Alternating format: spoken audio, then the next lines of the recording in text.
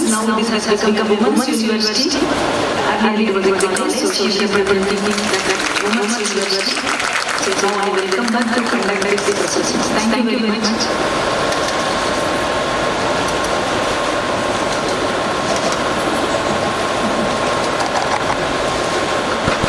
I request Professor Gaji to just initiate this document by pushing button. Thanks.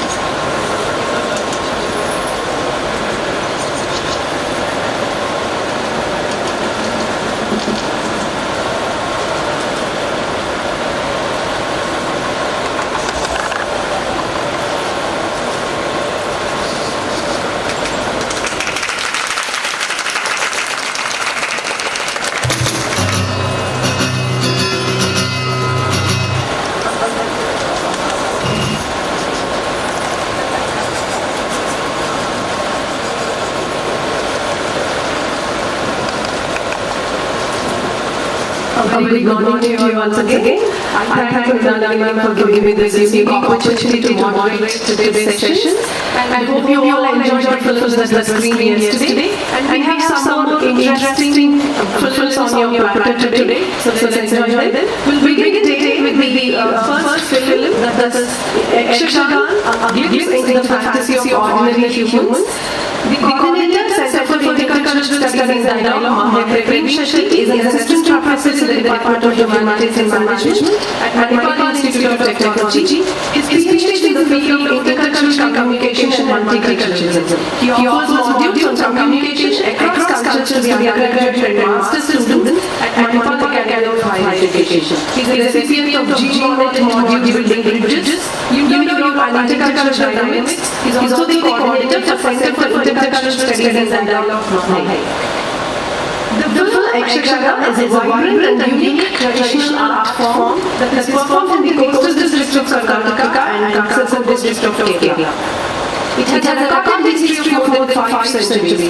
This theatrical art form, with its combination of dance, music and narration, draws upon the stories from the well-known epics Ramayana and Mahabharata. Through the enactment of stories and sub-stories of the great epics, Yakshagan makes people of the region examine their life with greater sensitivity. So let us also now watch the film and enjoy that sensitivity.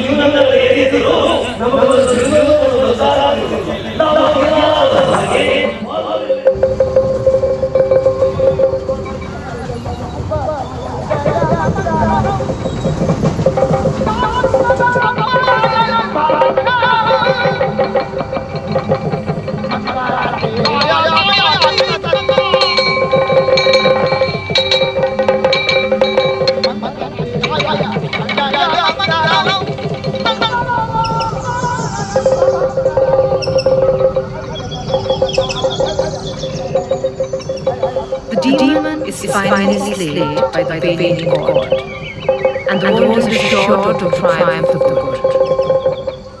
As the morning beckons with its first rays of light, the reassuring song of Bhagavata, praising the greatness of the Lord, coincides with the rising sun in the eastern sky.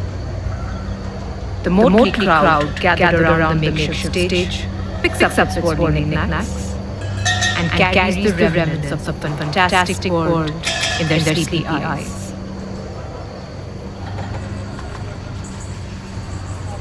This is a scene that one could witness in every village of Udupi and Dakshina Kannada, where a unique art form called Yakshagana has been enthralling the community for generations.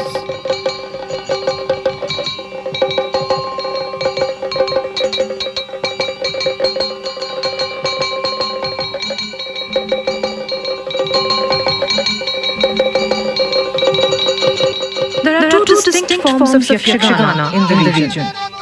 Tenkuttu, the southern style, and Padagutittu, the northern style.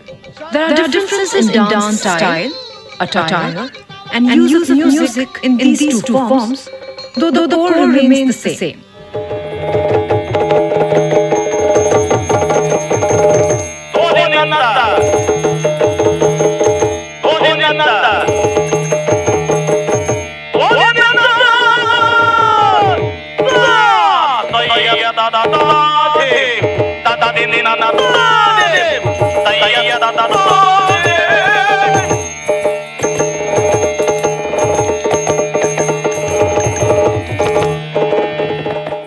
Padagutittu style of Yakshagana has prominent influence of the folk performing arts of North Karnataka.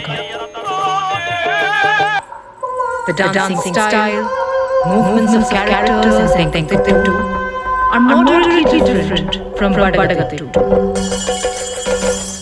A unique style of jumping up in circle in the air to show one's valor is distinctive of this style.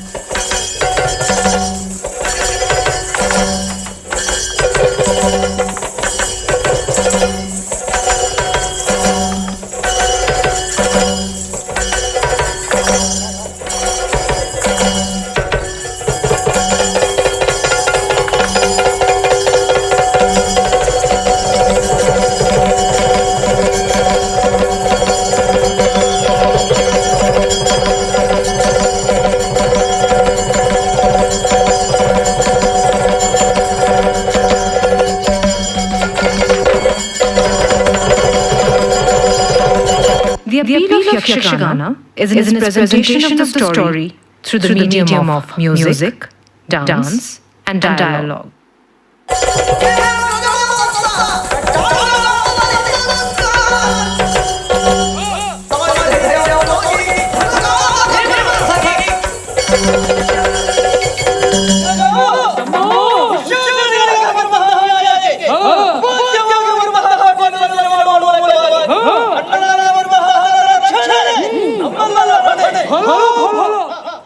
In an interesting exercise of intertextuality, the dialogues from the mythical world mirror the concerns of the present.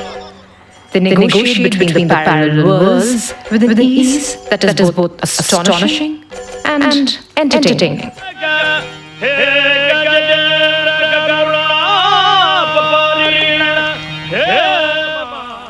Yakshagana is intricately interspersed with the lives of the people in the coastal region, along the Arabian Sea, stretching from the North Kannada of Karnataka to Kasaragod district in Kerala. The serene landscape, with multitude of rivers and rivulets gushing to meet the vast expanse of the sea, forms a quaint agrarian background, where reality turns to fantasy, with an ease distinct to the rustic simplicity.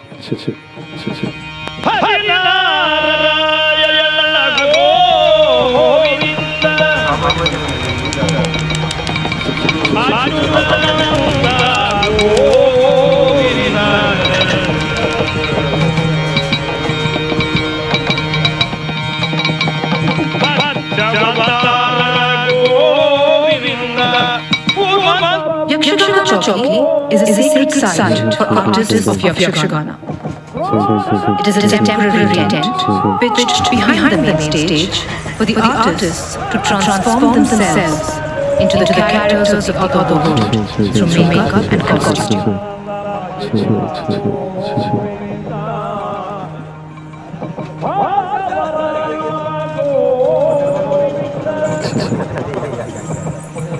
The make-believe Yakshagana is created by means of a specialized makeup and a distinctive costume. The shining armor of princes, the majestic headgears of the kings, the enchanting attire of the heroines, and the breathtaking appearance of the Rakshasas transpose the audience to an imaginary world filled with characters of a far-off world. The inventiveness of the folk artists in creating an imaginary magical world through the imitation of the natural allows the audience to embrace the transition with elan.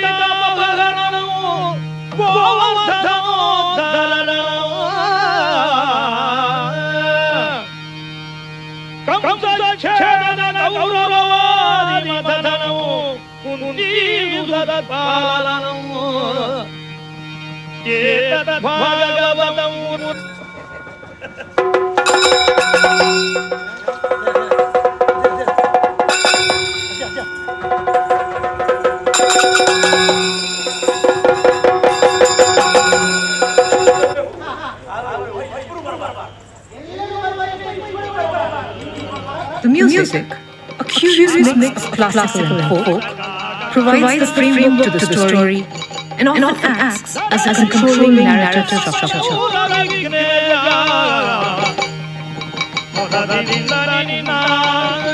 Bhagavata is a director, but the concept of director is not same as a director in our drama theatres. In drama, he directs everything. But in Yakshagana, Bhagavata is the controller. Controls and suppose he finds, people are getting bored and there is no time, to complete the story in the usual way, they require 1 hour. But they have only time of 15 minutes. Immediately cut short. And suppose he finds the two characters arguing and debating too long. And some people may get bored. What is this? They won't give up. Then immediately this Bhagavad makes a sound. With this, in the southern style, you have Jagate, and the northern style, and immediately the actors obey. The characters enter the stage from the Bhagavata's left side and exit from his right. At the right-hand corner sits the man who plays the Chende. Maddale represents remarkable progress in percussive instruments as it produces a perfectly harmonic tone from its surface.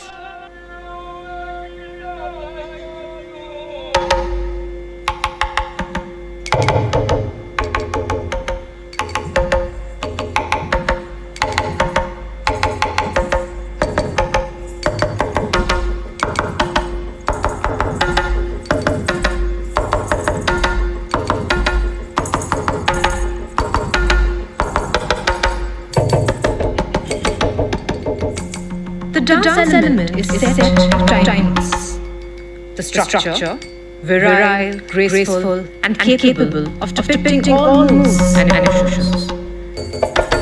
It involves complex footwork, body gaze, and calm and calm movement.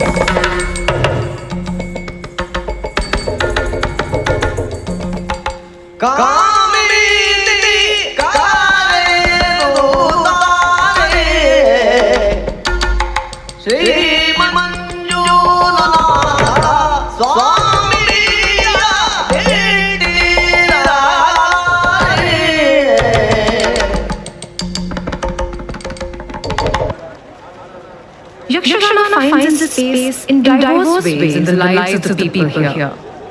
A source of entertainment, a site of learning, a space for interaction, and above all, a theatre for social introspection.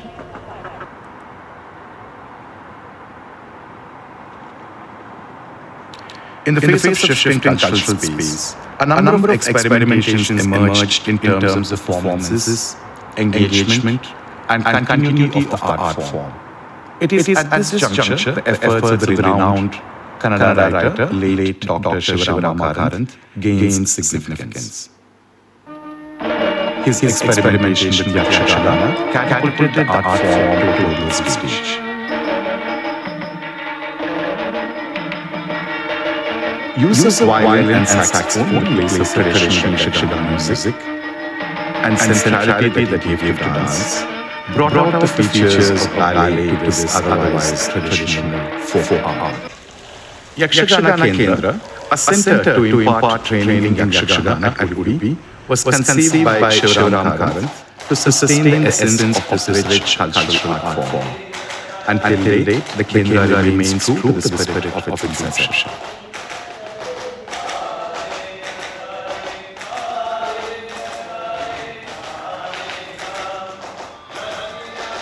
Guru Sanjeeva Suvarna, a disciple of Karanth, carries on the dream. A dream to sustain the core of Yakshagana by training the youth and passing on the wealth of the art form to future generations. The dream has gained a social dimension with a touch of education. Young kids of varied background from different parts of Karnataka arrive to Yakshagana Kendra Udupi with hopes to join a school and to become an artist by the time they complete schooling.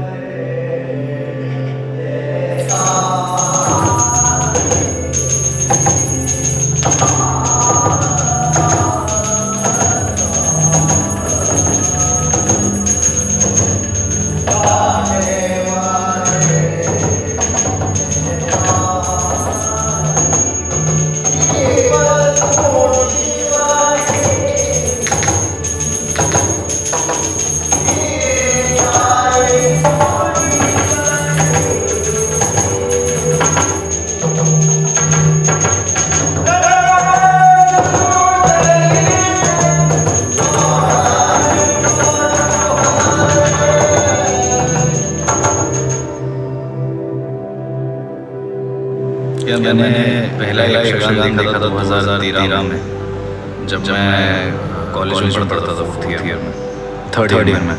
और तब मैंने देखा था गुरुजी का ही directed Manipal हुआ था, जटायु मोक्ष। मतलब मैं वो भूल नहीं सकता, परफॉर्मेंस थिएटर मणिपाल हुआ था। और बाकी मैं कॉलेज में थिएटर करता था, तो कॉलेज में थिएटर करने का मतलब वही था, हम टेक्स्ट बेस बहुत नाटक करते थे और इंडियन थिएटर के बारे में ऐसा कुछ, ट्रेडिशनल थिएटर के बारे में ऐसा कोई ज्ञान था नहीं। फिर भी उसके बाद मुझे नहीं पता था कि मैं ये करना चाहता हूँ नहीं, बिकॉज मुझे लगा ठीक है ये बहुत सुंदर फॉर्म है, बट एक कंटेम्प्रेरी एक्टर के लिए इसमें क्या है मेरे को आइडिया नहीं है, तो मैं क्यों करूँ। खैर फिर उसके बाद ड्रामा मुंबई चला गया पास आउट होने के बाद कॉलेज से, और वहाँ पे फिर हमें बहुत अच्छे टीचर्स ले नीरज कवि के टीचर थे, उन्होंने बहुत सारे फॉर्म्स पे काम किया था, छऊ पे, कुड़ियट्टम पे, यक्षगान पे उन्होंने जी के साथ हैमलेट में काम किया था। तो वो मेरे को काफ़ी इंस्पायरिंग टीचर लगे, और बहुत सारे अच्छे टीचर। और फिर 19 के एकदम अंत में मैं यहाँ पे आया और लॉकडाउन लगा तो मैं अटक गया, फिर मैं गया ही नहीं।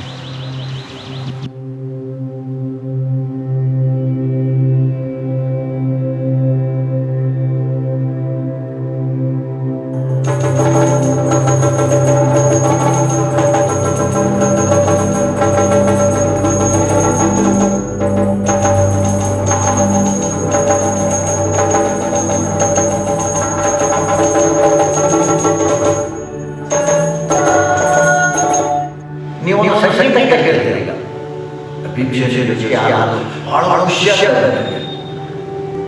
ಭೀಮಸೇನ್ ಜೋಶಿ ಬಂದು ಕೇಳ್ತಾರೆ, ನೀನು ಖುಷಿ ಎಂಜಾಯ್ ಪಟ್ಟಿಯಲ್ಲ, ಏನು ನಾನು ಬಾರಿಸಿದ್ದು, ನೀವು ಬಾರಿಸಿದ ಅರ್ಥ ಆಗಲಿಲ್ಲ, ಮನಸ್ಸಿಗೆ ಖುಷಿ ಇಲ್ಲ. ಅದು ಮನಸ್ಸು ಅಂತಂದ್ರೆ ನಮ್ಮ ಆ ಮನಸ್ಸು ಯಾವ ಹೊತ್ತಿಗೆ ಏನನ್ನು ಹೇಳ್ಕೊಳ್ತಾರೆ ಅಂತ ಹೇಳಲಿಕ್ಕೆ ಆಗೋದಿಲ್ಲ. ಅವ್ರು ಯಾವುದೋ ರಾಗ ಬಾರಿಸಿದ್ರೆ ನಾವು ಖುಷಿ ಆಗ್ತದೆ, ನಮ್ಮ ಇಡೀ ಮೈಕೈ ರೋಮಾಂಚನ ಆಗ್ತದೆ. ಹಾಗಾದ್ರೆ ಆ ರಾಗ ನೀವು ಹೇಳೋದು ನನಗೆ ಬರಲ್ಲ. ಈ ಕಲೆಯಲ್ಲಿ ಇರೋ ದೊಡ್ಡ ಶಕ್ತಿ ಅದು. ಅದು ಯಾವ ದೇಶ ಆಗಲಿ ಯಾರನ್ನೇ ಬೇಕಾದ್ರೆ ಆ ವಾದ್ಯಗಳು ಆ ಸಂಗೀತ ಉಂಟು ನಿಮ್ಮನ್ನು ಹಿಡಿದೇ ನಿಲ್ಲಿಸ್ತದೆ.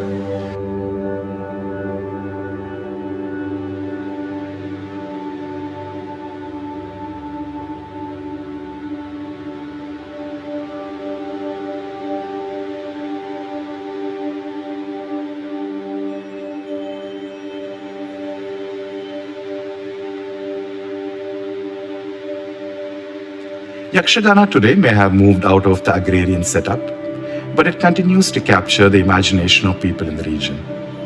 The fantastic of the folk has its allure despite the modernity of life around. The dignified entry of the hero, the ferocious encounter with demons, or the calming assurance of the gods continues to mesmerize the people of the region towards that willing suspension of disbelief. Yakshagana is not a theatre just to tell the story. Story, of course, is there. But before, last year also you have seen ಯಾವ story, ಒಂದು ಗದಾಯುದ್ಧ ಅಂತ ಒಂದು ಕೇಳಿದರೆ, fight between Kaurava and Bhima ಉಂಟಲ್ಲ, ಆ story ಉಂಟಲ್ಲ. This year also we see, last week also I saw Gadayuddha by one troop, and tomorrow I am seeing Gadayuddha by another troop. I know the story. Suspense ಇಲ್ಲ, ಅದು ಈಗ ಮಾಡ್ತಾರೆ ಬೇರೆ, ಅದು ಬೇರೆ ಹೇಳಿ.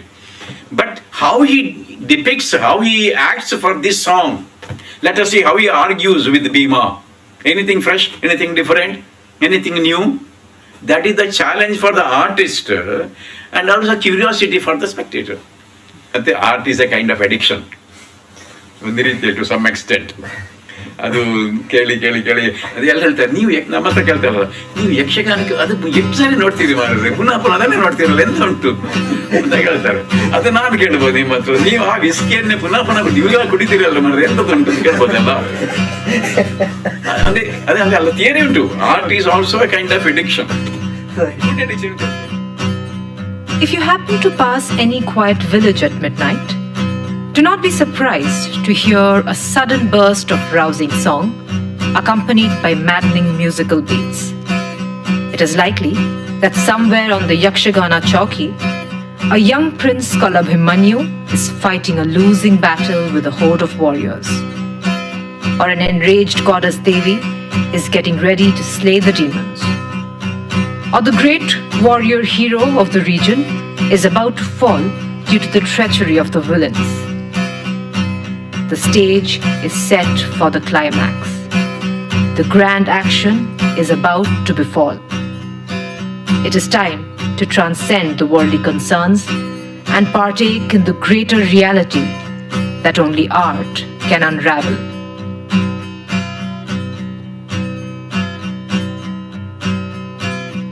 ಕಂತೋಪಿತನಾ ಕರಿರೆ ಪಾಲನಿ ಪೋಗಿ ಕಂತೋಪಿತನಾ ಕರಿರೆ.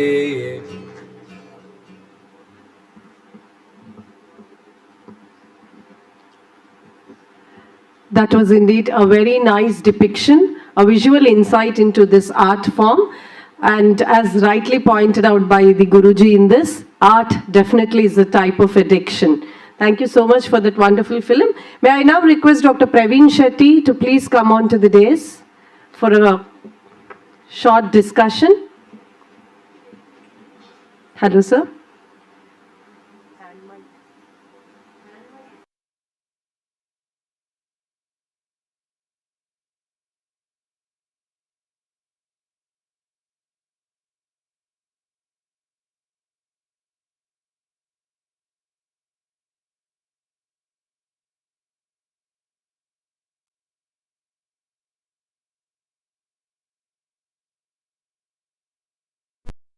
For this opportunity.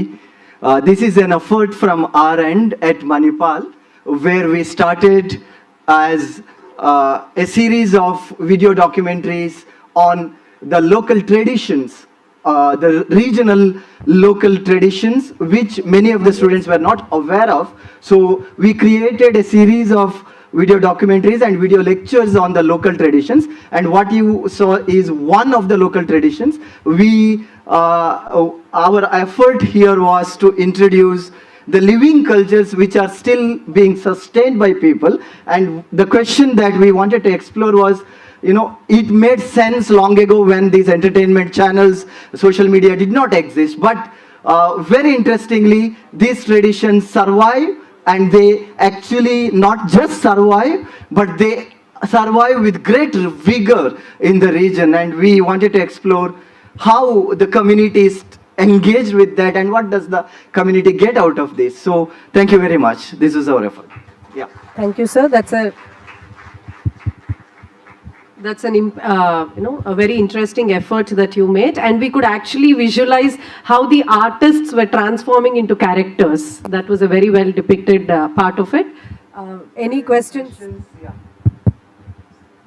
I think there's one.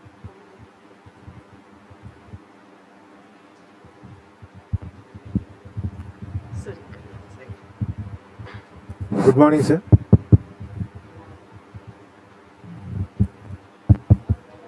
Hello, is it audible? Yes, sir. Okay. Excellent effort, sir. My appreciation and congratulations. Thank you. The recent film, Kantara, is it something to do with Yakshagana? Is your question over, sir? No. Yeah. This is just a bit of it. After that, I will have other questions. Just answer that.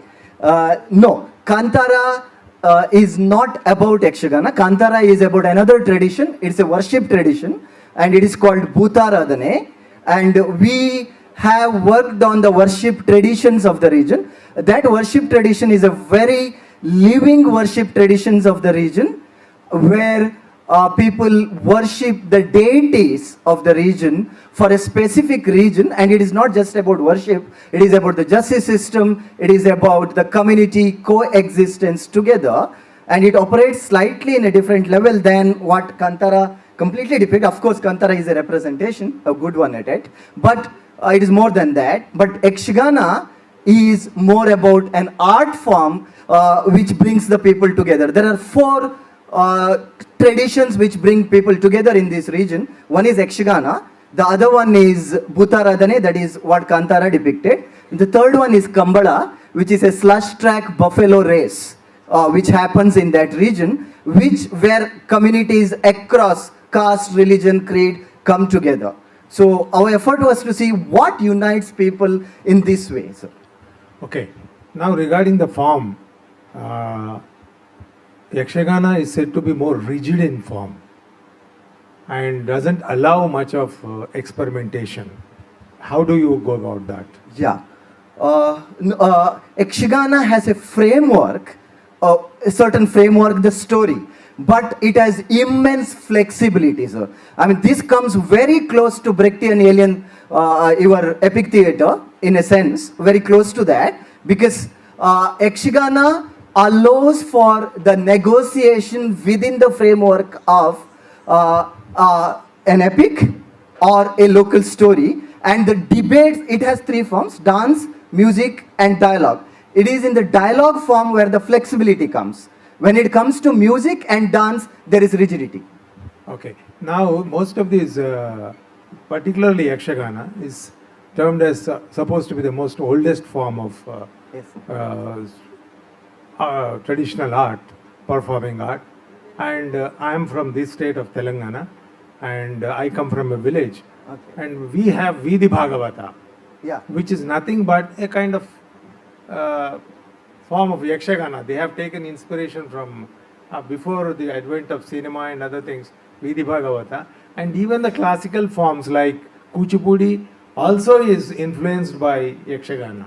Now the thing is, in your film, how much of exchange is happening? You said that it is only in the Uttara Karnataka or southern Karnataka. But most of these traditional forms have not vibrated into the other zones of the country. That's one. Second thing is how much academically it is being adopted by the universities and colleges, because these forms should not go away. So this is just a kind of prospective dialogue I am talking about. But in this film, that is about the form and... Sir, sorry to interrupt you. 1 second, last point. This is an interesting film, I just have to say it, because this form should not go away. That's my intention. Then the last thing is about why did you dwell from one aspect of, like for example, one particular story from the beginning, you could have taken it and brought it out, rather than, visuals being cut. Yes. And sorry, I've taken a lot of time because it's an invigorating and interesting. I'll keep Thank it. you, ma'am. Yes. Sorry. So first of all, thank you for the appreciation. I'll keep it very crisp. Our idea was to introduce the concept to the students. That is why we did not want, attempt an in-depth analysis here. We hope to do that, sir, in future. Thank you. Thank you. Thank you so much. Excuse me. Hello, Praveen. Thank you. Yeah. Yes. I had a conversation with you yesterday, Yes, sir. and you were sharing your experience of how you put together a small team, Yes, sir. a team from locals. Yes, sir. And I think the kind of output you have given today is very, very good. Thank you. I congratulate you. Thank you. Thank you, sir. I know the job of a moderator is the toughest. I deeply regret for stopping you in between, but a simple suggestion for all of you, please kindly keep your questions crisp so that we'll have time for more questions and everybody gets a chance. And all our directors, script writers are available during tea and lunch for an elaborate discussion. So we request all the participants to kindly keep your questions crisp. Thank you. We'll now move to the second film for the day. It's Bamboo Ballads.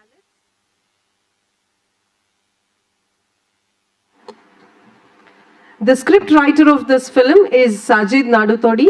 He's a journalist turned filmmaker. He started his career as sub-editor with the New Indian Express, Hyderabad, after completing his post-graduation in mass communication and journalism from University of Calicut. His documentaries have won more than 30 international and national awards. He has bagged Kerala State Television Award twice, Science Film Festival Award, UGC CEC National Award, and many more.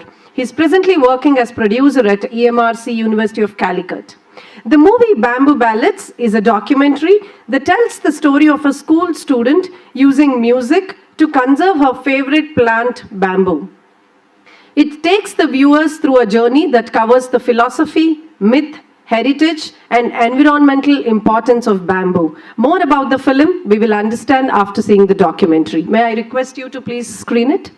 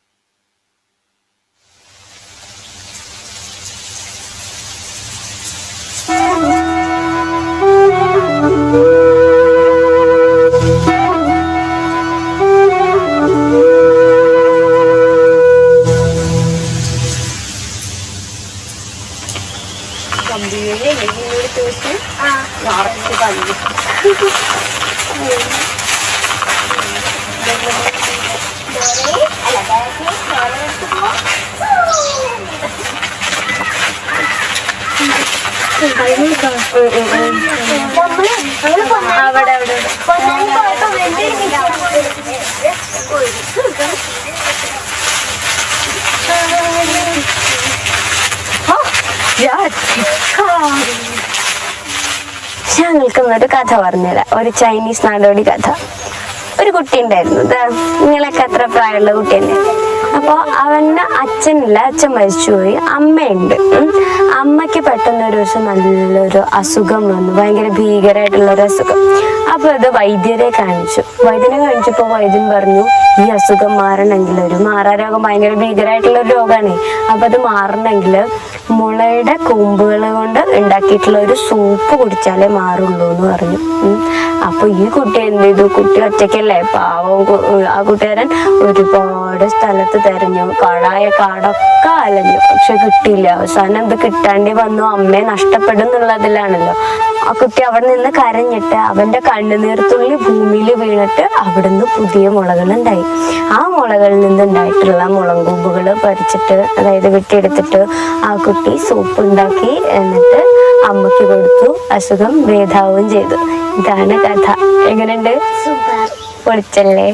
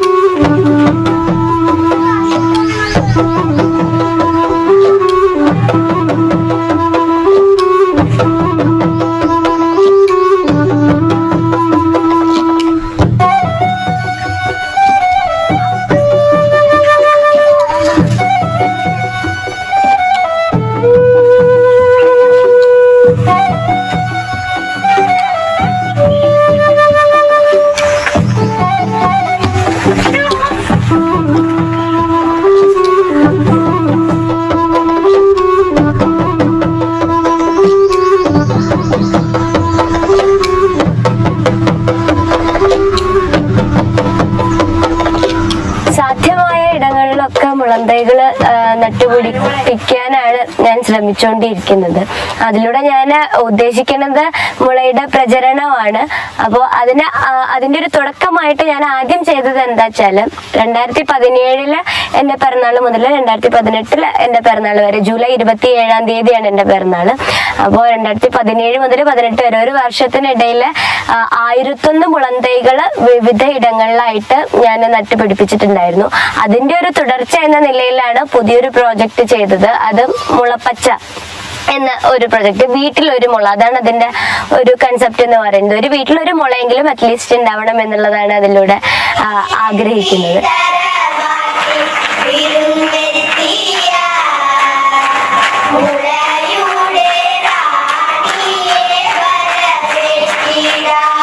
ഞാൻ നൈന ഫെബിൻ, ഇവിടെ നമ്മുടെ പാലക്കാട് ജില്ലയിലെ പട്ടാമ്പിക്കടുത്ത് കൊപ്പത്ത് നിന്നാണ് വരുന്നത്. ഞാൻ ഇന്ന് എന്റെ ചില ചിന്തകളും ആശയങ്ങളും ഒക്കെ കൂട്ടുകാരുടെ അടുത്ത് പങ്കുവയ്ക്കാം കേട്ടോ. അപ്പൊ എല്ലാവരും റെഡിയല്ലേ? കലകൾക്ക് ജാതിയും മതവും ഒന്നും ഇല്ല എന്നുള്ളൊരു സന്ദേശവുമായിട്ട് കേരളത്തിലുടനീളം ഇങ്ങനെ കൊട്ടിയും പാടിയും ആടിയും ഒക്കെ നടക്കലാണ് എന്റെ ഒരു പാഷൻ എന്ന് പറയുന്നത്. അപ്പൊ അതിന് എന്നോടൊപ്പം നിൽക്കുന്നത് ജാതിയുടെയോ മതത്തിന്റെയോ രക്തബന്ധങ്ങളുടെയോ ഒന്നും അവകാശവാദങ്ങൾ ഏതുമില്ലാത്ത ഒരുപാട് പച്ചയായിട്ടുള്ള മനുഷ്യരാണ്. അവർ തന്നെയാണ് എന്റെ ഊർജവും. പിന്നെ അതിനോടൊപ്പം പ്രകൃതിക്ക് ഒരു കുഞ്ഞു കൈത്താങ്ങാവാനും ഞാൻ ശ്രമിക്കുന്നുണ്ട്. അതിന് ഏറെ പ്രിയമുള്ള മുളയെ തന്നെയാണ് ഞാൻ കൂട്ടുപിടിച്ചിരിക്കുന്നത്. മുളയുടെ തോഴി എന്ന് അറിയപ്പെടാനാണ് എനിക്ക് ആഗ്രഹം. കൂട്ടുകാർ ഇവിടെയല്ലേ ശ്രദ്ധിക്കുന്നത്?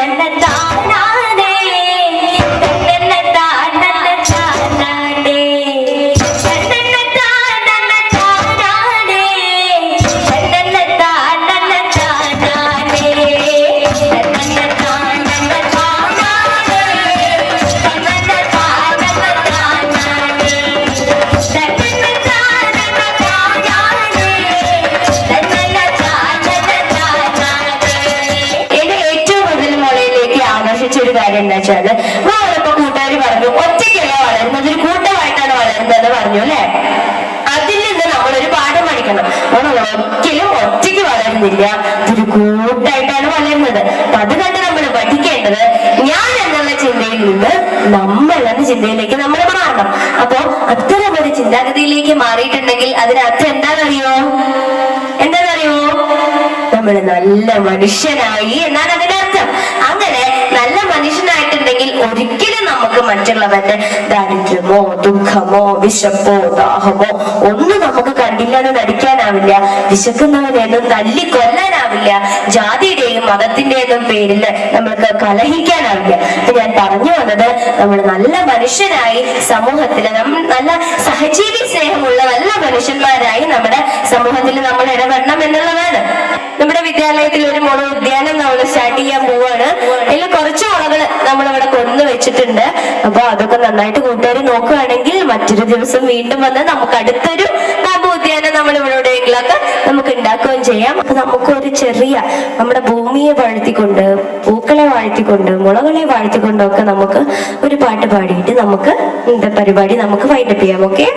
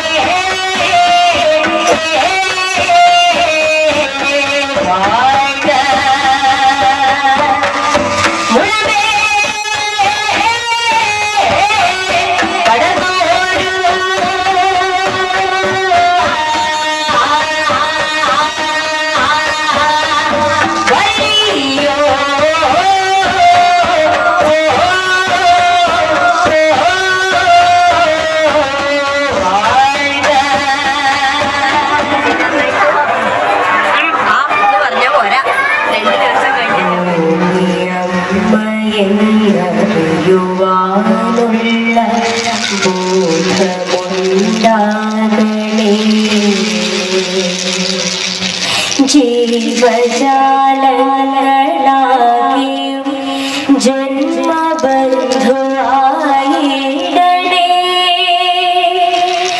ജാതിഭേദങ്ങളെന്ന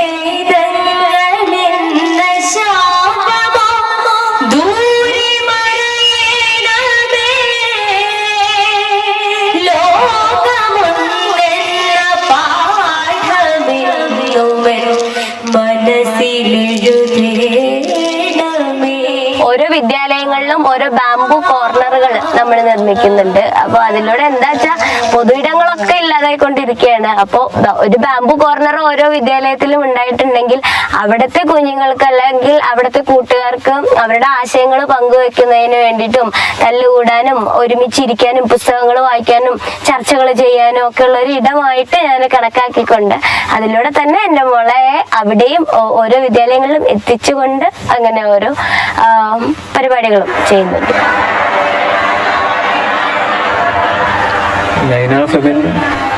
ഞങ്ങളുടെ കുട്ടി തന്നെയാണ്. വളരെ മാതൃകാപരമായിട്ടുള്ള പ്രവർത്തനങ്ങളാണ് കുട്ടി ഇപ്പോൾ ചെയ്തുകൊണ്ടിരിക്കുന്നത്. മുള വർദ്ധിപ്പിക്കൽ ഒരു ജീവിതം വ്രതമായിട്ട് എടുക്കണോ എന്നുള്ള വലിയൊരു കാര്യമാണ്. നമുക്കറിയാം, മുള ഒരു വന്യ ജനസാണ്. അതിനൊരു വളവും ആവശ്യമില്ല, രാസവളം ആവശ്യമില്ല, കീടനാശിനി ആവശ്യമില്ല. വളരെ വന്യമായിട്ട് ഏത് കാട്ടിലും അല്ലെങ്കിൽ ഏത് പ്രദേശത്തും പാറപ്പുറത്ത് കൂടി ഉണ്ടാകാൻ പറ്റുന്ന അത്ര ശക്തമായിട്ടുള്ള ഒരു ജനസാണ് മുള. പെട്ടെന്ന് വെള്ളം വലിച്ചെടുക്കാൻ വളരെ കുറച്ച് വെള്ളം ഇതിന് ആവശ്യമില്ല. അപ്പോൾ ആ രീതിയിൽ പ്രകൃതി സംരക്ഷണ സസ്യം കൂടിയാണ് എന്ന് വേണമെങ്കിൽ നമുക്ക് പറയാം. അടുത്ത കാലത്ത് വന്ന പ്രളയം വലിയൊരു ഭീഷണമായിട്ടുള്ള കാര്യമാണ്. മണ്ണ് ഒലിച്ച് പോരും. മണ്ണൊലിപ്പ് തടയാൻ പറ്റുന്ന വേരുകളാണ് ഈ മുളയുടെ നാരുവേര് പഠനം എന്നുള്ളത് നമുക്ക് അറിയാം. ഓക്സിജൻ ധാരാളം പുറത്തുവിടുന്നു, കാർബൺ ഡൈ ഓക്സൈഡ് ധാരാളം വലിച്ചെടുക്കുന്ന ഒരു ചെടിയാണ് മുള. നമുക്ക് അറിയാം, പുഴയുടെയൊക്കെ തീരങ്ങളിൽ അല്ലെങ്കിൽ തോടിൻ്റെ തീരങ്ങളിൽ ഒക്കെ ഇത് വെച്ച് പിടിപ്പിക്കുകയാണെങ്കിൽ പുഴ സംരക്ഷണം എന്ന പ്രവർത്തനം കൂടി അതിൻ്റെ ഭാഗമായിട്ട് നടക്കും. ആ കൊടുങ്കാറ്റ് പോലും മുളയുടെ ഒരു പ്രത്യേകത, ഇലാസ്റ്റിക്കാണ് മുളയുടെ ചെടി, മുളയുടെ തണ്ട് എന്ന് നമുക്കറിയാം. അപ്പോൾ അതുകൊണ്ട് കൊടുങ്കാറ്റുകളെ പോലും ചെറുത്ത് നിൽക്കാൻ പറ്റുന്ന ഒരു രീതി മുള സസ്യത്തിന് ഇവിടെ നല്ല രീതിയിലുണ്ട്.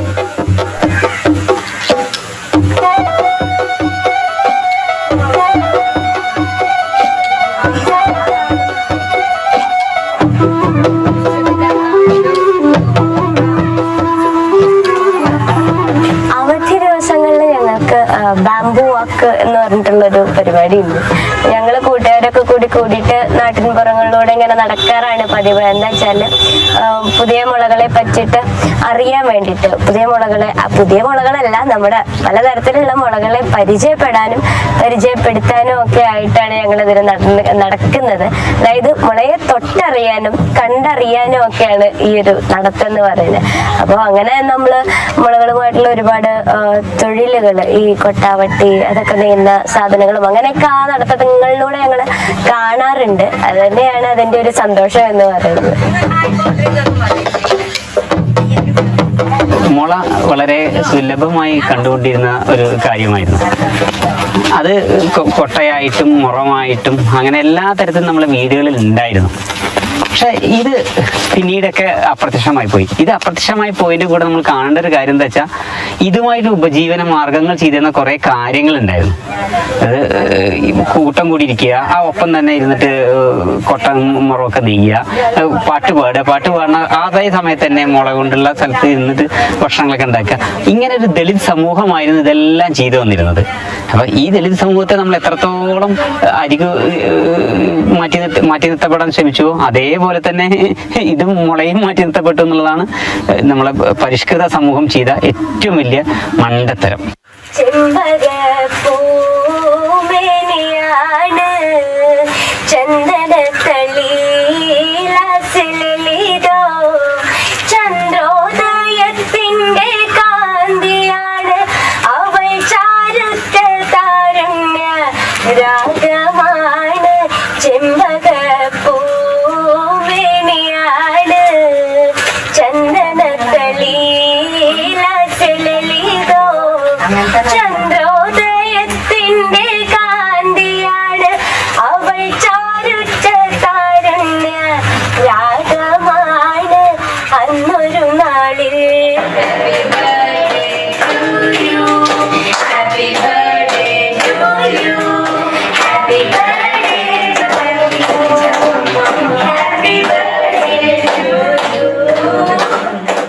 ചെറുപ്പം തൊട്ട് തന്നെ പാട്ട്, ഡാൻസ്, കൊട്ട് എന്ന് പറഞ്ഞിട്ട് ഞാൻ അവരുടെ കൂടെ, അതായത് ഈ പാട്ടിന്റെയും ഡാൻസിന്റെയും കൊട്ടിന്റെ ഒക്കെ കൂടെ ഞാൻ ചെറുപ്പം മുതലേ നടക്കുന്നുണ്ട്. എനിക്ക് അതിനോട് ഭയങ്കരമായിട്ട് ഇഷ്ടമുണ്ട്. അതിനോടൊപ്പം തന്നെ ആ ഒരു വഴിയിലാണ് എനിക്ക് എന്താ പറയുക, അതുമായിട്ട് ഈ നടക്കുന്ന ഈ ടൈമിലൊക്കെ തന്നെയാണ് എനിക്ക് മുളകളോടും ഈ താല്പര്യം തോന്നുന്നത്. അപ്പം മുള സംരക്ഷണത്തിനായിട്ട് പിന്നെ ഞാൻ അതിനെയും ഈ പാട്ടിനെയും ഡാൻസിനെയും കൊട്ടിനെയും ഒക്കെ ഞാൻ കൂടെ കൂട്ടാൻ തുടങ്ങി. എന്താ വെച്ചാൽ ഇപ്പോൾ ഒച്ചാദ ബാംബു സീൻസ് എന്ന് പറഞ്ഞിട്ടുള്ള ഒരു മ്യൂസിക് ബാൻഡ് ഉണ്ട് എനിക്കെന്ന് പറഞ്ഞാൽ.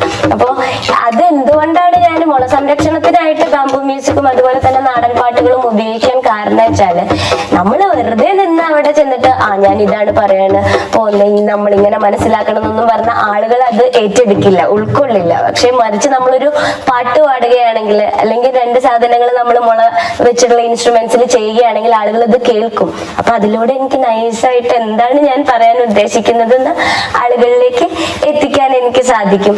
അപ്പൊ ആ ഒരു ഇതിലാണ് ഞാൻ അത് യൂസ് ചെയ്തത്. അപ്പൊ മുള പ്രകൃതിയും ജീവതാളവും എന്നുള്ളൊരു കൺസെപ്റ്റാണ് ഞാൻ മനസ്സിൽ വെച്ചിട്ടുള്ളത്. അതാണ് ഞാൻ ആളുകളിലേക്ക് എത്തിക്കുന്നത്.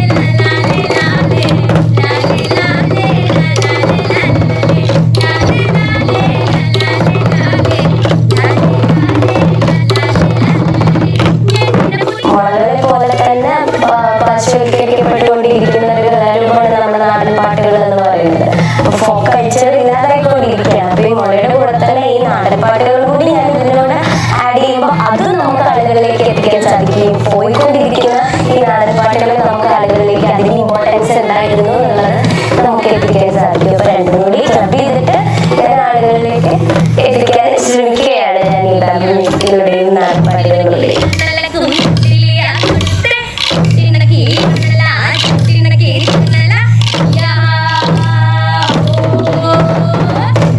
നമ്മള് ഇന്ന് കുറച്ച് മുളവർത്താനങ്ങളും പാട്ടുകളൊക്കെ ആയിട്ടാണ് ഇപ്പോൾ വന്നിട്ടുള്ളത്. അറിയാം മുളകളെ പറ്റിയിട്ട് ഞാൻ എന്താണ് പറയാനുള്ളത് നമുക്ക് എല്ലാവർക്കും അറിയാം. ഞാൻ സ്ഥിരം പറയുന്ന കാര്യങ്ങൾ തന്നെയാണ്. പക്ഷെ എന്നാലും നമുക്ക് ഇന്ന് കുറച്ചൊന്ന് ഉഷാറാക്കാൻ വിചാരിക്കുന്ന എല്ലാവരും തയ്യാറായിട്ടല്ലേ നിൽക്കുന്നത്. മറ്റുള്ള സസ്യങ്ങളിൽ നിന്നൊക്കെ മെച്ചമായിട്ട് മറ്റുള്ള സസ്യങ്ങൾ നമുക്ക് തരുന്നതിലും 35% ഓക്സിജൻ, അതായത് മറ്റുള്ള സസ്യങ്ങൾ തരുന്നതിനേക്കാൾ 35% ഓക്സിജൻ നമുക്ക് മുള തരുന്നുണ്ട്.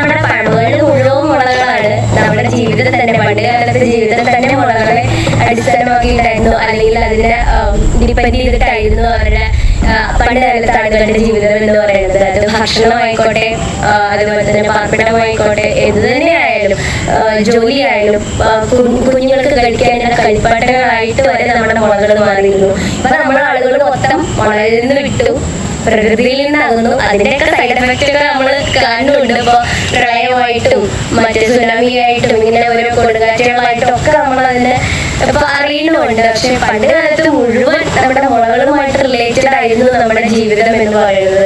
പക്ഷെ ഇന്ന് നമ്മൾ അതിലേക്ക് തന്നെ മുളകളിലേക്ക് തന്നെ തിരിച്ചെത്തേണ്ടത് അത്യാവശ്യം തന്നെയാണ് എന്നാണ് പറയാനുള്ളത്.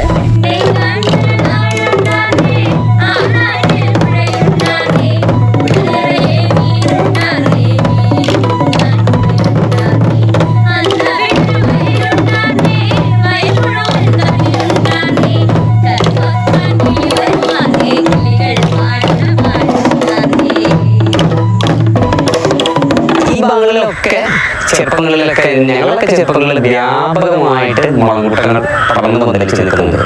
തൊടികളിലെ എല്ലാ അതിരുകളിലും നമുക്ക് ധാരാളമായിട്ട് മുളകളെ കാണാൻ കഴിഞ്ഞിട്ടുണ്ട്. ഞങ്ങളൊക്കെ ഇങ്ങനെ തമാശയിൽ കൂടിയിരിക്കുമ്പോഴൊക്കെ പറയും, നമ്മളൊക്കെ വീടുകളിലൊക്കെ തൊടികളൊക്കെ അതിരുകൾ മുളകളാൽ സമ്പന്നമായിരുന്നെങ്കിൽ ആ മുളകളിലൂടെയായിരുന്നു തൊടികളൊക്കെ ശ്വാസം വിട്ടിരുന്നത് എന്നുള്ളത്. അത്രയ്ക്ക് സമ്പുഷ്ടമായ കാലം. ഇതൊക്കെ ഇങ്ങനെ കണ്ടും പറഞ്ഞിരിക്കുന്ന കൂട്ടത്തിലേക്കാണ് ഉണ്ണി ഇങ്ങനെ വളർന്നു വരുന്നത്.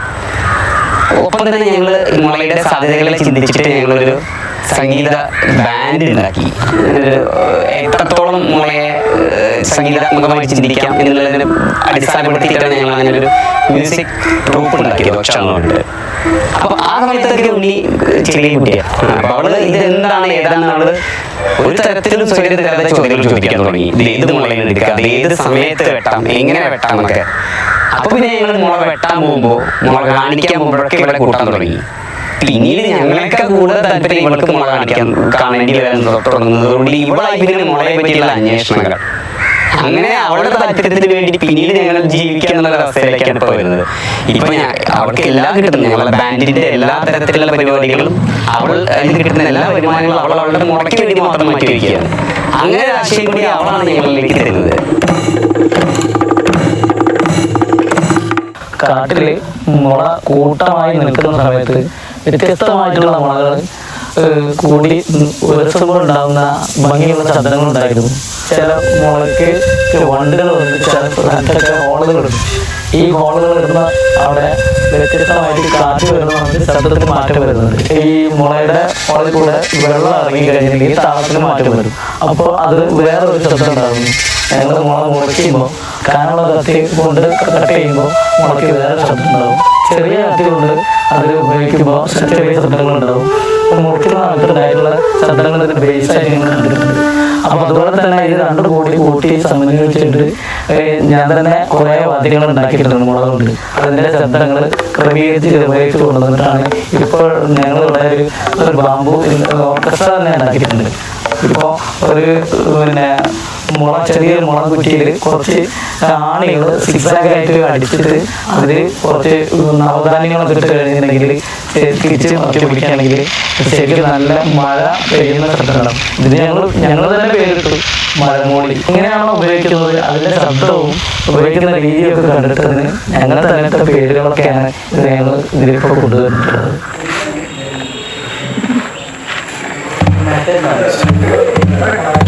മുളകൾ കൊണ്ട് ഉള്ള വാദ്യങ്ങൾ ഉണ്ടാക്കുക എന്നുള്ളത് ഞങ്ങൾ ഏറ്റെടുത്തപ്പോൾ ഒരുപാട് വെല്ലുവിളികൾ ഞങ്ങൾക്ക് ഉണ്ടായിരുന്നു. ഞങ്ങൾക്ക് ഒരു കൃത്യമായ മാതൃകകൾ ഉണ്ടായിരുന്നില്ല. എങ്ങനെയാണ് മുള കൊണ്ട് വാദ്യങ്ങൾ ഉണ്ടാക്കേണ്ടത്, അത് എത്രത്തോളം സക്സസ് ആവുമെന്നൊന്നും ഞങ്ങൾക്ക് അറിയണ്ടായിരുന്നില്ല. എന്നിട്ട് ഞങ്ങൾ വളരെ ആ ചലഞ്ച് ഏറ്റെടുത്തുകൊണ്ട് തന്നെ മുളകൾ പോയി കാണുകയും കൊണ്ടുവന്ന് അതിനെ ട്രീറ്റ് ചെയ്ത് ചില വാദ്യങ്ങളൊക്കെ ഉണ്ടാക്കി ഞങ്ങൾ പ്രോഗ്രാംസ് ഒക്കെ അവതരിപ്പിച്ച് വരികയും തന്നെയായിരുന്നു. ഇപ്പൊ ഞങ്ങൾ അത്യാവശ്യം കുറച്ച് ഉപകരണങ്ങളൊക്കെ വെച്ച് അവള് ചെല്ലുന്ന ഇടങ്ങളിലൊക്കെ ഈ വാദ്യങ്ങളെ കൂടി പരിചയപ്പെടുത്തി ഇങ്ങനെയും ഒരു സംഗീതത്തിന്റെ ആസ്പെക്ട് കൂടി മുളയ്ക്കുന്നുണ്ട് എന്ന ആളുകളെ ബോധിപ്പിക്കുകയും മുളയുടെ പ്രചരണം ശക്തമാക്കുകയും ചെയ്തത്.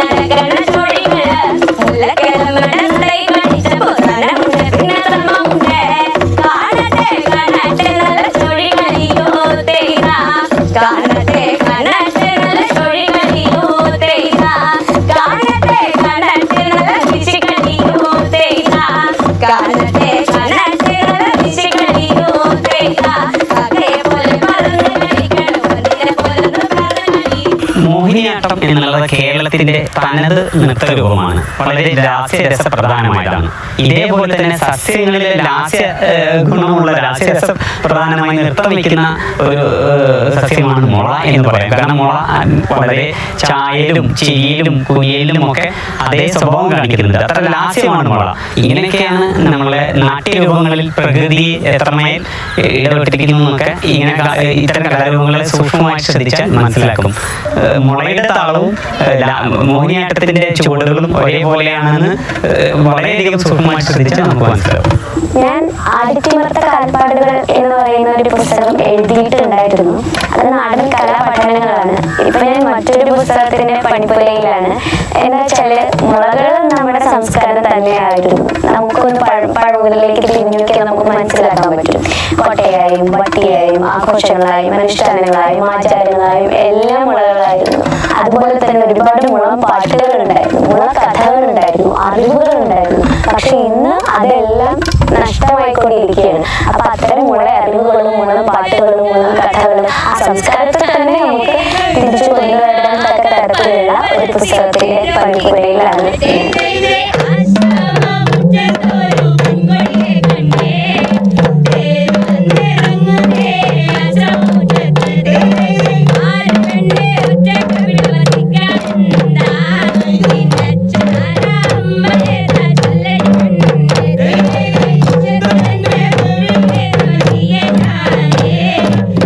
I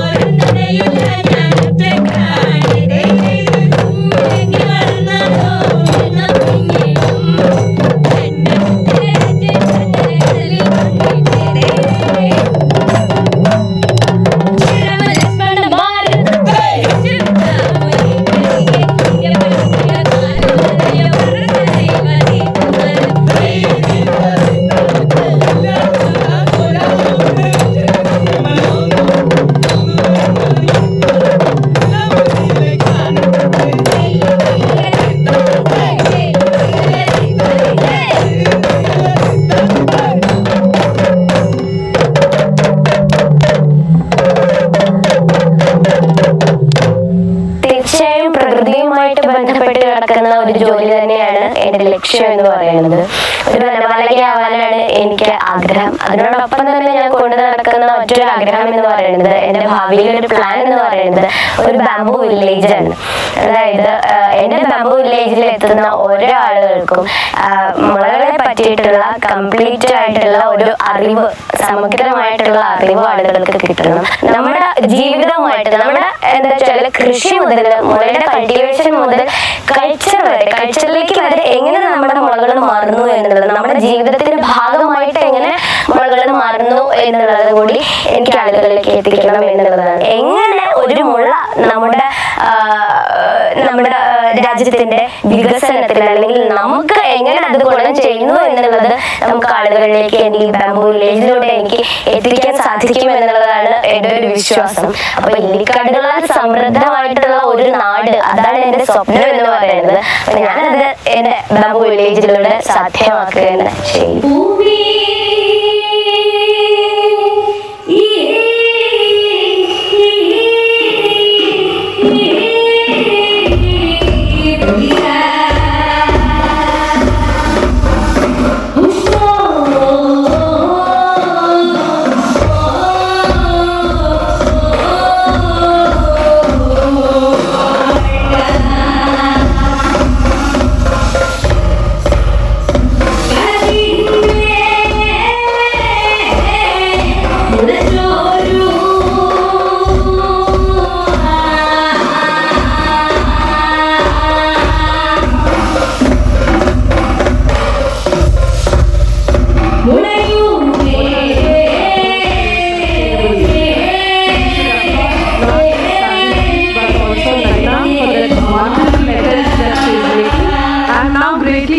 To go back to my college and start a bamboo corner, and I hope each one of you sitting here is inspired to do the same, and that's when the motive of the film is successful.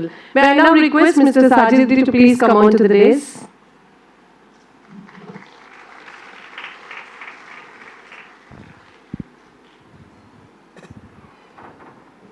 Hello. I'm so happy and thankful to CEC and University of Osmania University for giving the opportunity to screen this film for this wonderful audience. I hope that you have enjoyed the film. Any questions? We'll now open this for a quick discussion.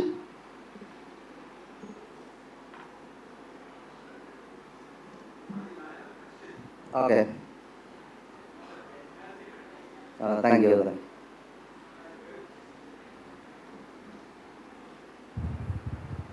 Hello.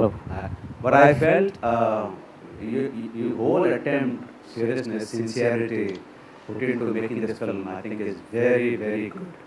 Congratulations. Thanks.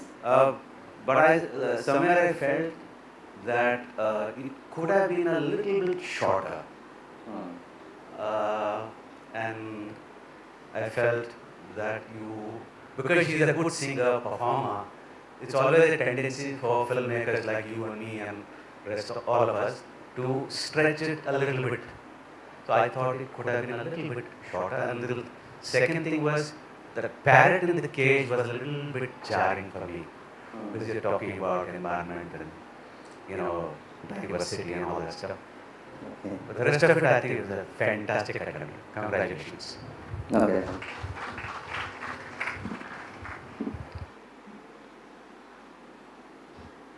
Congratulations. I think it was a very, very well-made film. Your choice of subject, the energy of the film, and the way you framed the interviews and intercut them was really very nice. It was riveting, and the energy was very nice. Okay, thank you. So I think it's all compliments for the film and no more queries and concerns. Thank you, sir. Okay, thank you. Thank you so much.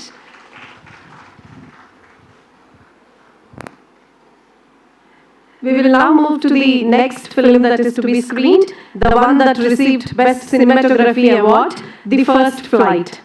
The cameraman for the film is Sri K. Gopinath sir. He is working at EMRC Center, University of Mysore since 2010 as a technician. He has recorded more than 1,000 lectures and e-content programs, produced and directed more than 30 documentaries, 4 short films. Basically a photographer and video cameraman, he worked as a freelance press photographer for more than 20 years on Sports Beat. The movie First Flight is about the Indian grey hornbill.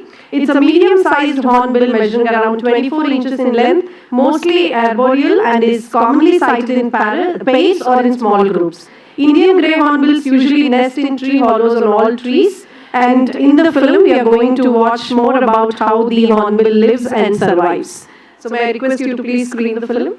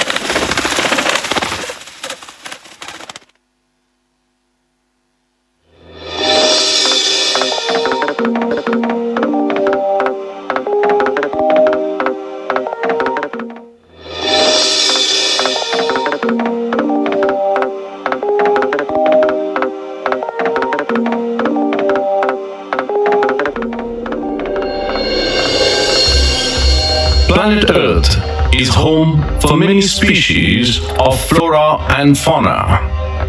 Of them, the most wonderful and spectacular are the avian species.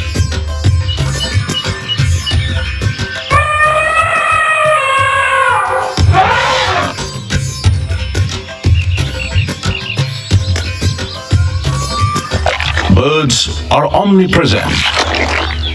They live in forests, rural and urban areas. Among them, aerial birds are most often sighted as they live in proximity to the human settlements. I am going to narrate the lifestyle of a beautiful bird which lives in the neighborhood of human settlement. Accidentally, I came across the habitat of this bird near my home in Mysuru, a city in South Indian state of Karnataka.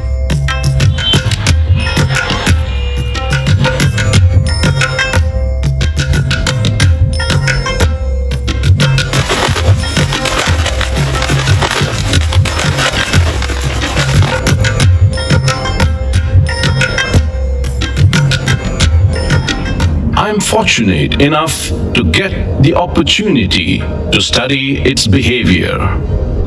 The bird is none other than the Indian grey hornbill, which is one of the most commonly found hornbills in the Indian subcontinent.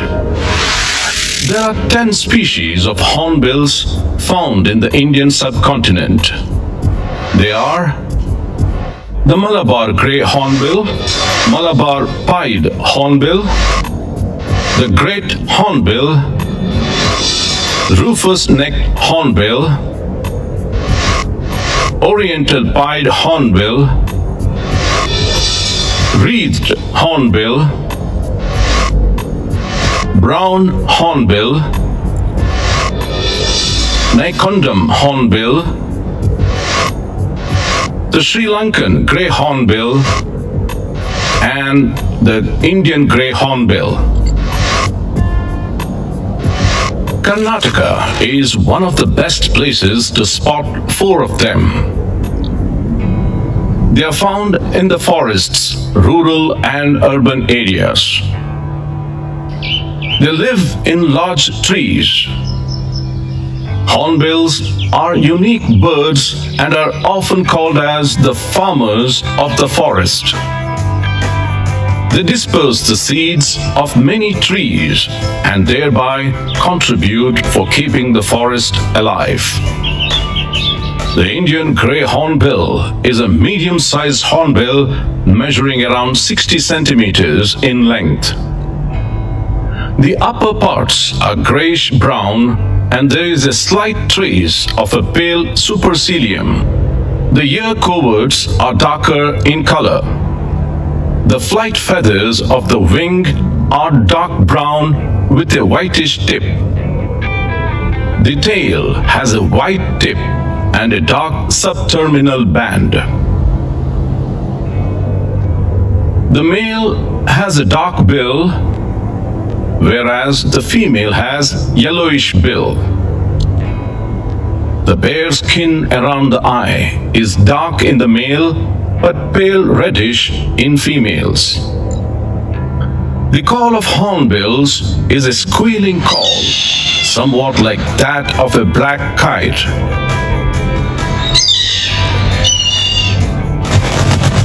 Hornbills have a red iris and the eyelids have eyelashes. The casque is short and pointed.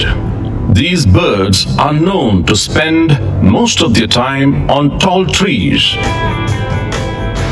The flight is heavy and involves flapping intermittently with long glides.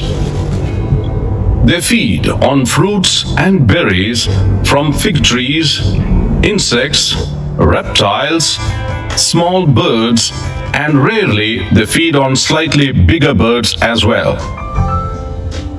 During dusk, Indian grey hornbills enjoy mud bath. They play with mud to get rid of larvae and other insects.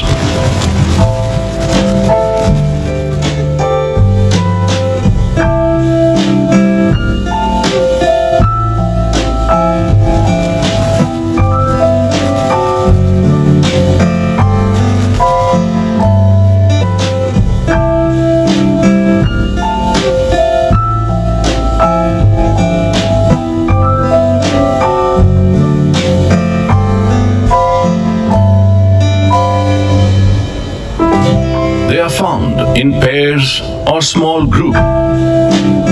Hornbill pairs are formed after mid-air acrobatics called casque butting between competing males.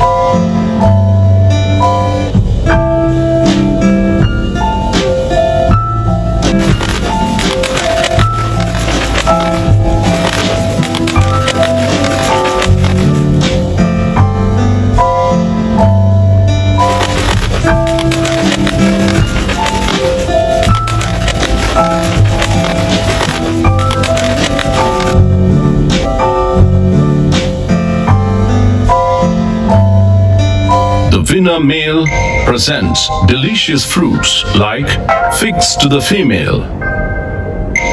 The female then accepts the winning male as her partner. Some of the experts opine that the lifespan of Indian grey hornbills is approximately 8 to 10 years. The hornbills attain the adult age at approximately 1.5 to 2 years of age. The hornbill pair then spends time away from the larger flock in search of a tree cavity to nest in.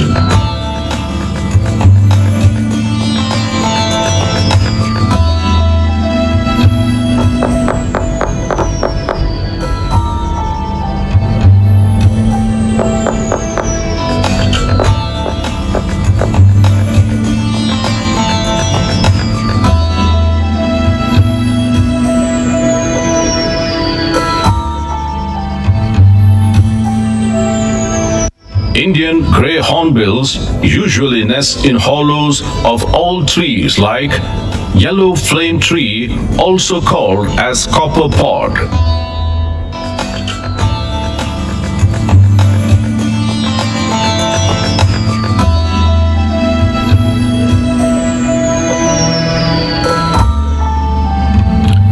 existing hollow may be excavated further according to the requirements.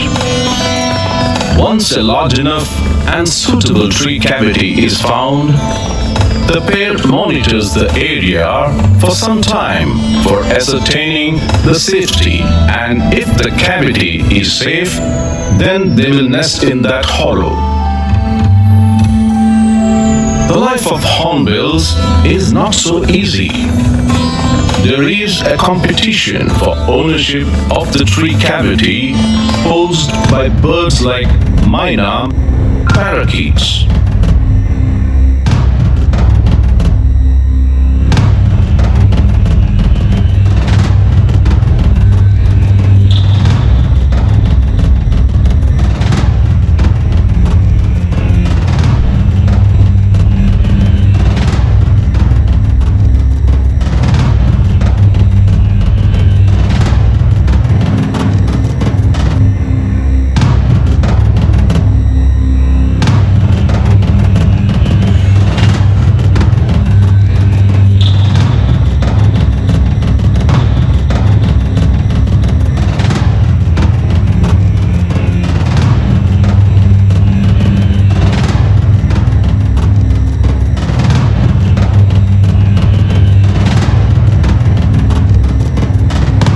Further, the cavity is cleaned and made ready for breeding. Hornbills are so intelligent that the nest is designed in order to protect the eggs and chicks from rain and heavy winds.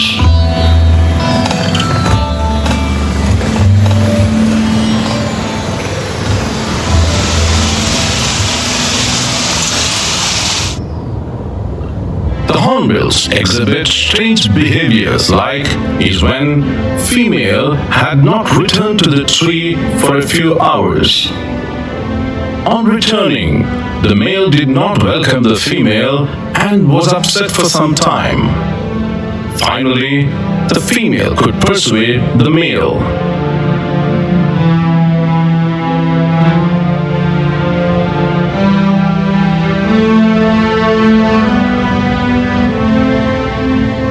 Hornbills have a very unique breeding and nesting habits. The nesting season is from March to May every year. 15 to 20 days after mating, the female enters the nest.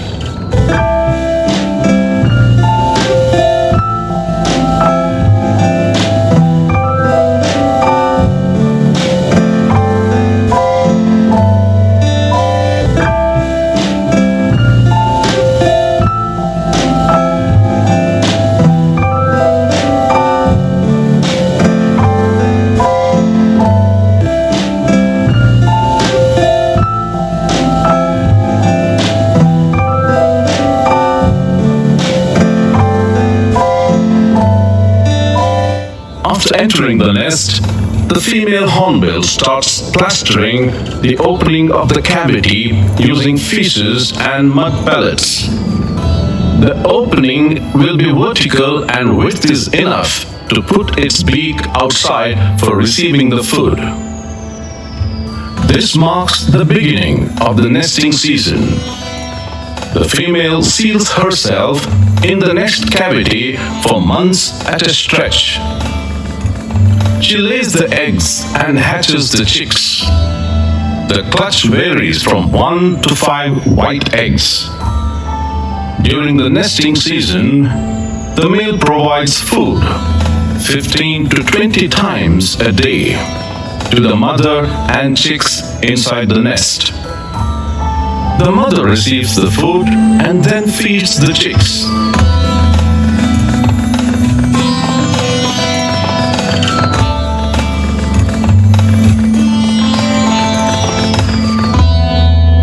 During the breeding season, female and young ones are completely dependent on the male for their survival. They depend on the male till the juveniles reach maturity. If the male bird unfortunately dies during the breeding season, then that will also result in the death of the female and young ones.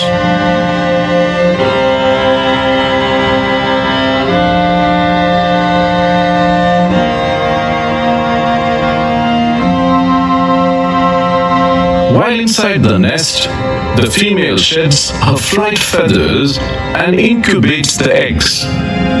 Usually, the incubation period is for 40 to 45 days. The regrowth of the female's feathers coincides with the maturity of the chicks. At that point, the nest is broke open. Hornbills tend to use the same nest year after year. Approximately after 4 weeks from the commencement of nesting, the chicks start making shrill calls. This marks the hatching of the chicks. After the chicks develop the capability of consuming the food, the female comes out of the cavity and remains confined in the tree for around 5 weeks. The opening of the cavity is resealed in order to protect the chicks from the predators and competitors. At the same time, papaya leaves are used to avoid ants entering the cavity.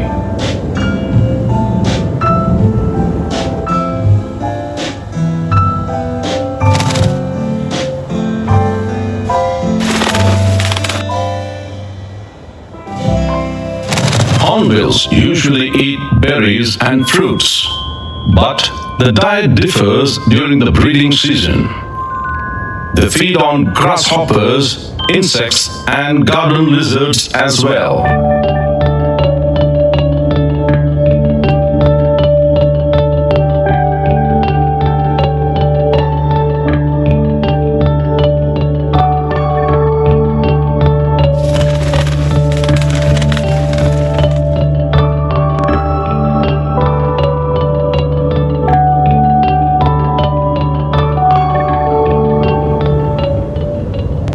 The parents continue to feed chicks until they reach 40 to 45 days of age.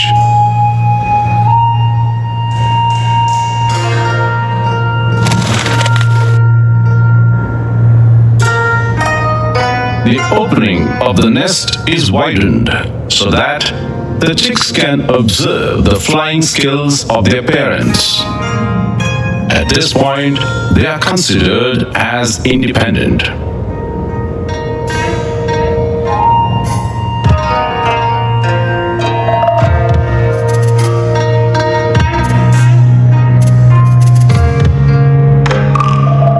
The young will be called out of the nest by the parents with loud and ferocious voice.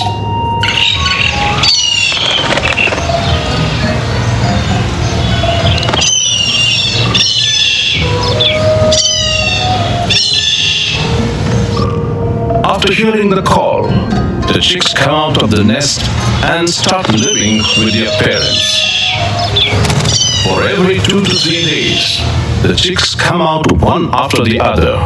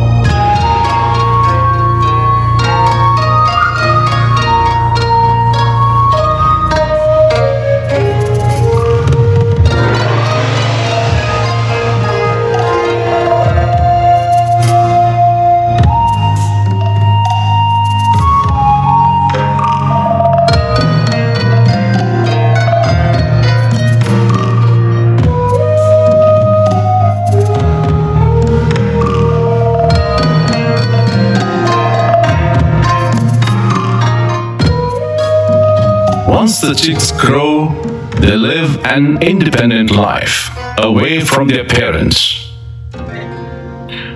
I'm fortunate enough to get this opportunity to learn the behavior and life cycle of Indian grey hornbills. It is our bounden duty to conserve the nature, more so the hornbills. These birds are indicators of the richness and diversity of the environment. And the life of hornbills goes on. Birds are sensitive. It is our responsibility on each one of us to conserve the nature, more so the birds. Let us pledge ourselves to protect the birds so that the birds will survive for a longer time.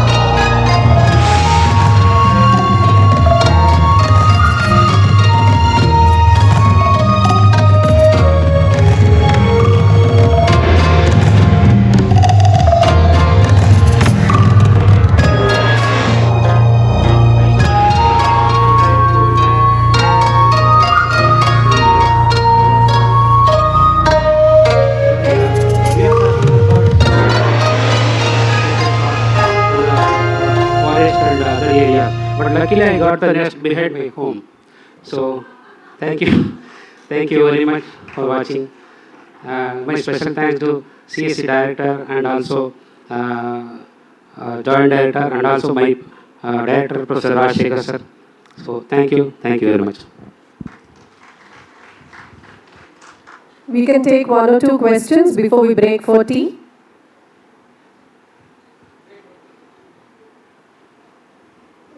After the tea break. Okay. So Thursa, thank you so much. Any questions? We will continue after the tea break or over the tea break also. I request all of you to please take a quick 10-minute break, have your cup of tea and join back for the next films. Are linked in this art form and it also discusses why it faces extinction now. May I request you to please screen the film?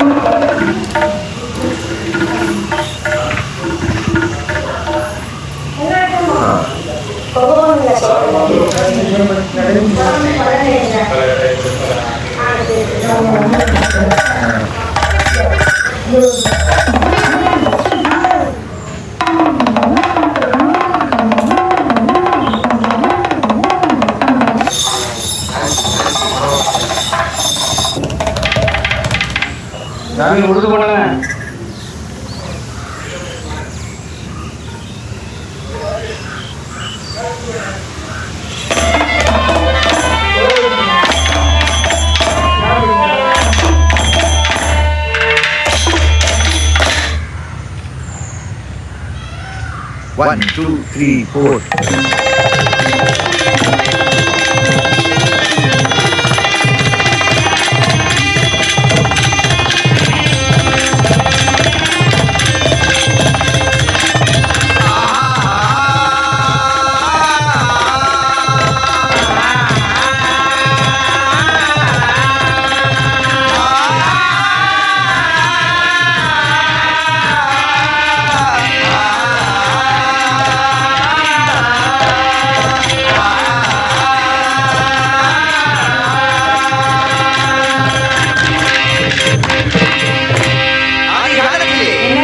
பயத்தினால் வரும் துன்பத்தையும் பக்தியினால் வரும் இன்பத்தையும் அனுபவிப்பதற்காக வேண்டி உருவாக்கினான் கலைகளை. மேலும் இயல், இசை, நாடகம் என்ற முத்தமிழும் கொண்டு நவரசத்தையும் காட்டுகின்ற கலைகளில் சிறந்த கலை இந்த வில்லுப்பாட்டு கலையா. அதுதான் பௌசாங். கேள்வியும் பதிலும் பாட்டும் இசையும் கதையும் கலந்தது. ஆமா, வில்லடிச்சாம் பாட்டு, வில்லடி, வில்லிசை என்ற பல பெயர்களை கொண்ட தென் மலையாளத்திலும் தென் தமிழகத்திலும் உருவான உயர்ந்த கலை இந்த வில்லுப்பாட்டு கலையா.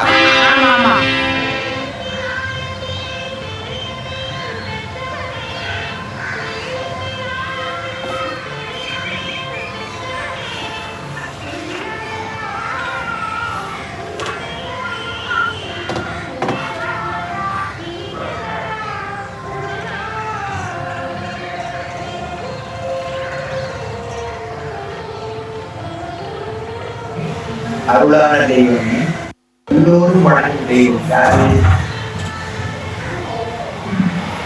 என்னப்பனே என்னையனே கண்டப்பனே கண்ட காருண்யனே, என்னப்பனே என்னையனே கண்டப்பனே கண்ட காருண்யனே.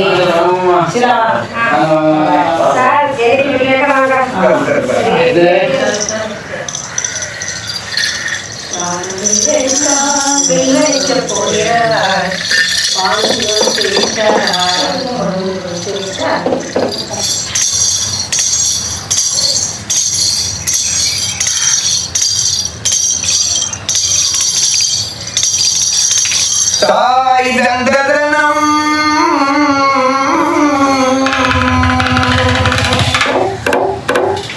ஆயக்கலைகள் 64 ஏழு உணவிற்கும் என் அம்மை தூய உருப்பழங்கி போல் என் உள்ளத்தில் இருப்பள் இங்கு வாராதிட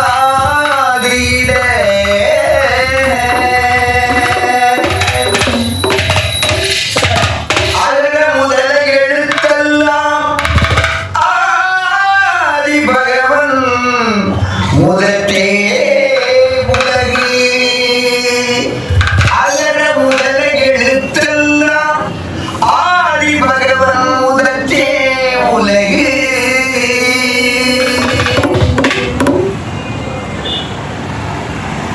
Villupattu or bow song is closely knit with the lives of people in the villages bordering Tamil Nadu and Kerala in the southern side.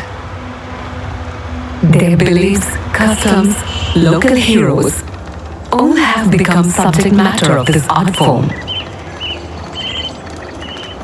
Earlier, the subject of Villupattu was gods and goddesses and local deities called Ammans and Madans. Most temples are dedicated to Amman, the mother goddess, similar to goddess Kali in North India.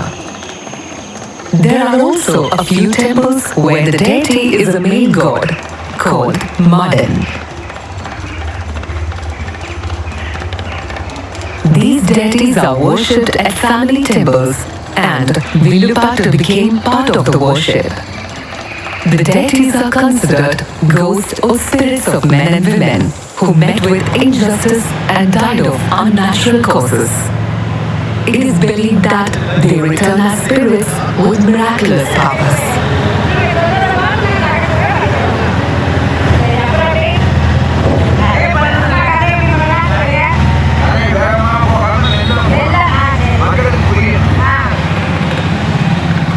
It is a curious fact that in the present day, several ghosts and spirits who are characters in the Villupattu stories are worshipped as deities in temples in the region. One can find a large number of such small temples spread across Thiruvananthapuram, Kanyakumari and Tirunelveli districts. Its influence can be found in districts such as Thoothukudi and Madurai as well. வில்லுப்பாட்டில் பாடக்கூடியதை எல்லாத்தையும் நாம் வந்து கதைப்பாடல்கள் அப்படின்னு சொல்கிறோம். கதைப்பாடல்கள் அப்படின்னா வந்து ஒரு கதையை பாட்டாக பாடுறது. அந்த கதைகளை நாம் என்ன செய்யலாம் அப்படின்னு சொன்னால் ஒரு 2 வகையாக முதல்ல கிளாஸிஃபை பண்ணி பார்க்கலாம். Birth stories and death stories. பிறந்த கதை, இறந்த கதை. பிறந்த கதை வானலோகத்தில். Sorry for the interruption. A small announcement. All the directors of EMRC who are seated here are requested to please join for a meeting in the adjacent conference hall.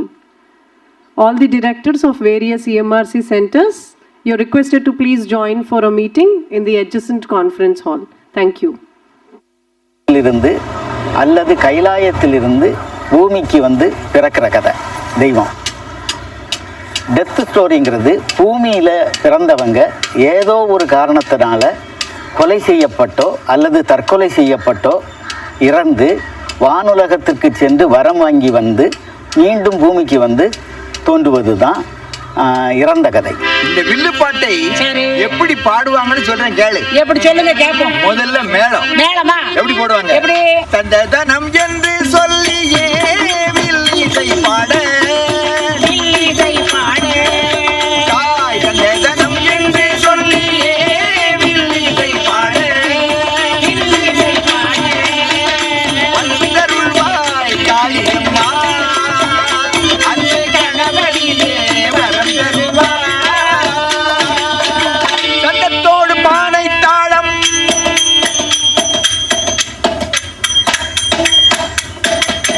சங்கத்தோடு பானை தாளம் சிற்றூடுக்கை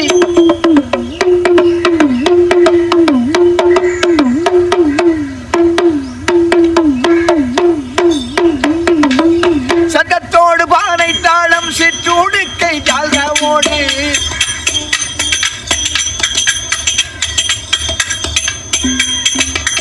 கட்டைத்தாளம் தட்டி தட்டியே கட்டைத்தாளம் தட்டி தட்டியே வீசுகோலால் வில்லடிப்போ வீசுகோலால் வில்லடிப்போ.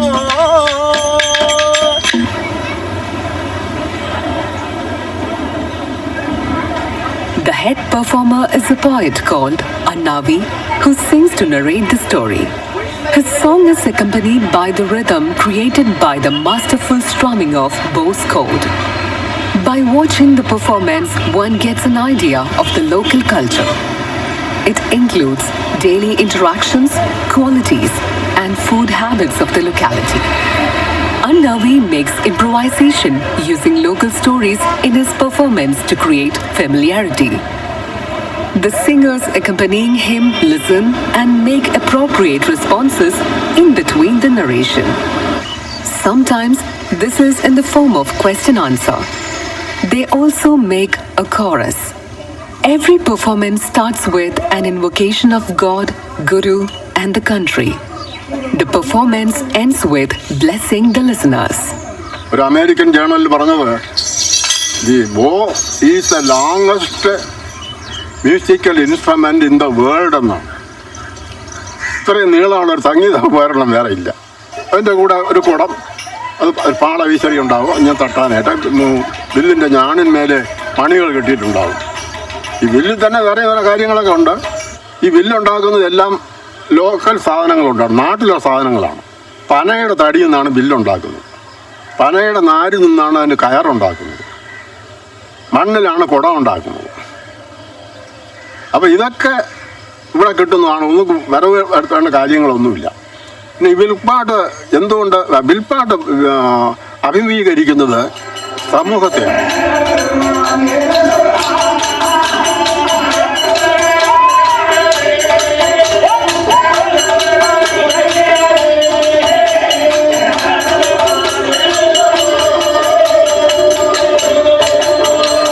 தமிழ் வில்லுப்பாட்டு அப்படின்னு சொல்கிறது திருநெல்வேலி, கன்னியாகுமரி, தூத்துக்குடி 3 டிஸ்ட்ரிக்ட்லேயும் தான் அதிகம். இந்த 3 டிஸ்ட்ரிக்டில் இருக்கக்கூடிய ஃபோக் டெய்ட்டிஸுக்கு அவங்களுக்கு எடுக்கக்கூடிய அந்த விழாவை வந்து கொடைன்னு சொல்லுவாங்க. அந்த விழாவில் கண்டிப்பாக வில்லுப்பாட்டு இருக்கணும். அந்த அளவுக்கு மக்கள் மத்தியில் செல்வாக்கு பெற்றது.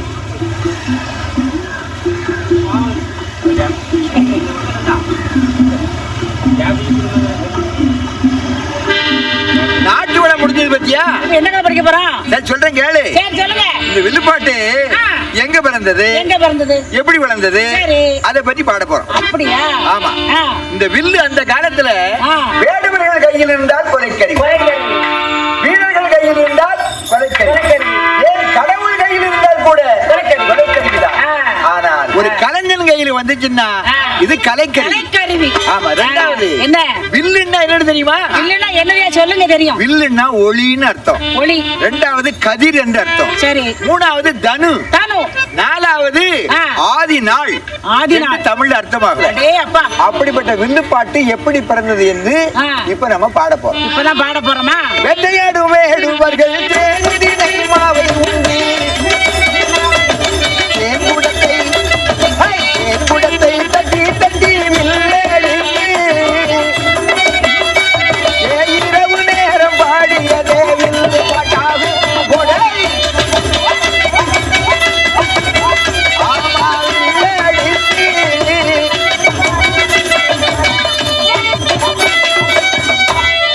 பகவானை பரம்பொருளே, அப்படியானால் உனக்கு அழகாக வரம் தருகிறேன். சொல்லு.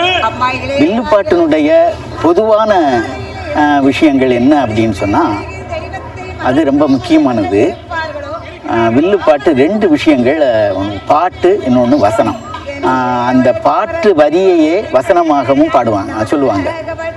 அந்த கதையை விளக்குவதற்காக அந்த வசனத்தை அவர் பயன்படுத்துறது. அப்படி பாடும்போது பக்கத்தில் இருக்கக்கூடிய அந்த இன்ஸ்ட்ருமெண்ட்டை ப்ளே பண்ணக்கூடியவங்க, பர்டிகுலராக இந்த குடம் அடிக்கக்கூடியவங்க, அதில் இன்டர்ஃபியர் ஆகுங்க. அந்த வசனத்தில் ரெண்டு பேருக்கும் நடக்கக்கூடிய கான்வர்சேஷன் ரொம்ப முக்கியமானது. அதைத்தான் நிறைய பேர் ரசிப்பாங்க.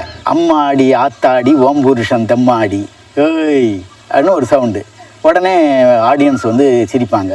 இந்த மாதிரி நிறைய டெக்னிக்ஸ் எல்லாம் அவங்க பயன்படுத்துறது உண்டு. தாய்க்கும் தகப்பனுக்கும் தெரியாமல் ஆமா இந்த ஆரிய முத்துப்பட்டனாகப்பட்டவன் அவன் எப்படி வருகிறான் தெரியுமா? அவன் ஓட்டோனல்ல பெருநாடையாம்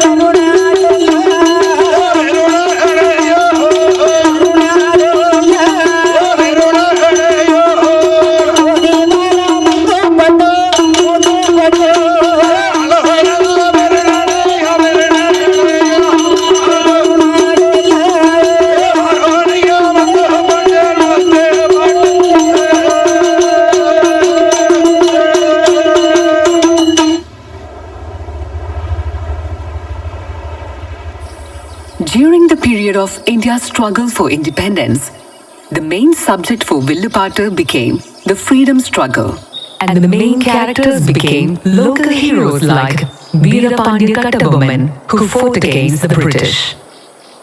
Post-independence era witnessed a paradigm shift in the subject matter in Villupaattu.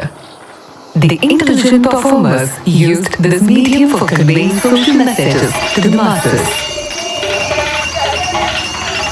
Prohibition of alcohol, rainwater harvesting, social forestry, etc. had become the prominent subjects. In order to attract the public, performers introduced comic treatment to Villupaattu.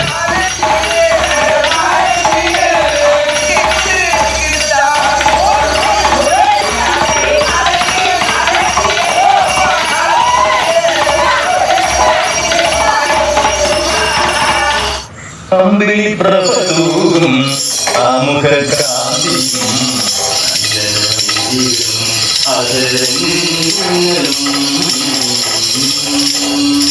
നവീന വിൽപ്പാട്ടെന്ന് പറയുന്നത് ഈ പഴയ പാട്ടിനെ നവീനമായ രീതിയിൽ കുറെ വേഷധാരണങ്ങളൊക്കെ ഉണ്ട്. പണ്ടത്തെ ഒരു വേഷധാരണമില്ല. ഈ ഷർട്ടൊക്കെ ഇട്ട് തലക്കെട്ട കെട്ടി അങ്ങനെയാണ് ഈ നവീന വിൽപ്പാട്ട്. അതിന്റെ വ്യത്യാസം അമ്പലങ്ങളിലെ ലക്ഷ്യമണ്ഡലങ്ങളിലല്ല പാട്ട്. പൊതുജനങ്ങളുടെ മുമ്പിലാണ് കലാപരിപാടികൾ.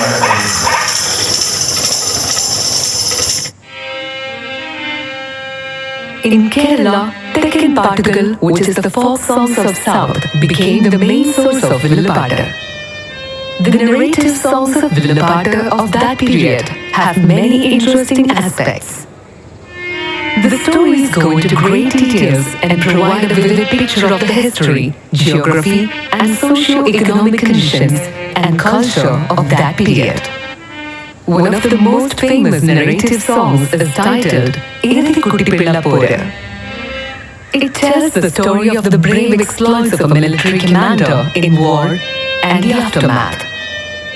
Surprisingly, the story remains true to actual historical incidents. വേണാടെന്ന് പറയുന്നത് ഇന്നത്തെ കന്യാകുമാരി ജില്ലയും തിരുവനന്തപുരം ജില്ലയും ചേർന്നതാണ്. കന്യാകുമാരി കന്നേറ്റിക്കര എന്നാണ് പഴയ രേഖ. കന്നേറ്റി പാലമുണ്ടല്ലോ, കൊല്ലം ജില്ലയിൽ കിടക്കുന്ന ഭാഗത്ത്, അതുവരെയാണ് വേണാട്. ഈ ഭാഗത്തിന് ഒരുപാട് പ്രത്യേകതകളുണ്ട്. മാർത്താണ്ഡവർമ്മയുടെ കാലത്തിലാണ് അദ്ദേഹം വടക്കോട്ടുള്ള രാജ്യങ്ങളൊക്കെ പിടിച്ച് തിരുവിതാംകൂറാക്കിയത്. തെക്കങ്കൂർ, വടക്കങ്കൂർ, കായംകുളം, ഇതിനെ പറഞ്ഞ് കുറേ ദേശങ്ങളടക്കം ഉണ്ട്. അപ്പം ഈ സ്ഥലങ്ങളിൽ കേന്ദ്രീകരിച്ചുള്ള ഒരു സമയമാണ് വിൽപ്പാട്.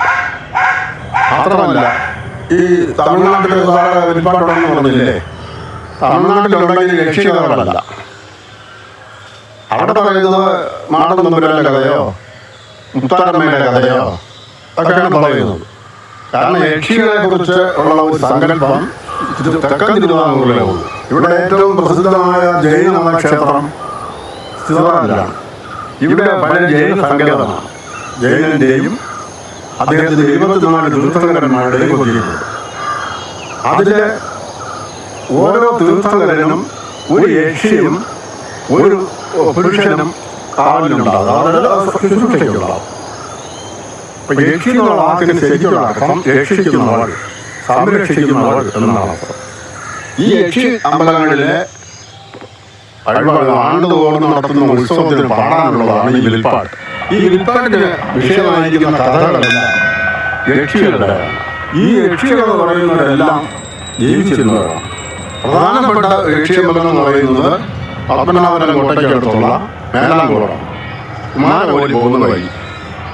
The southern ballads or Thakkan Paatugal reveal the social and political conditions of people of South Kerala.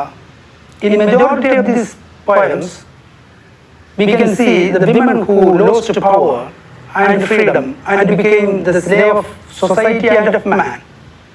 In most of these songs, the women appear as a revengeful spirit against the male-dominated world.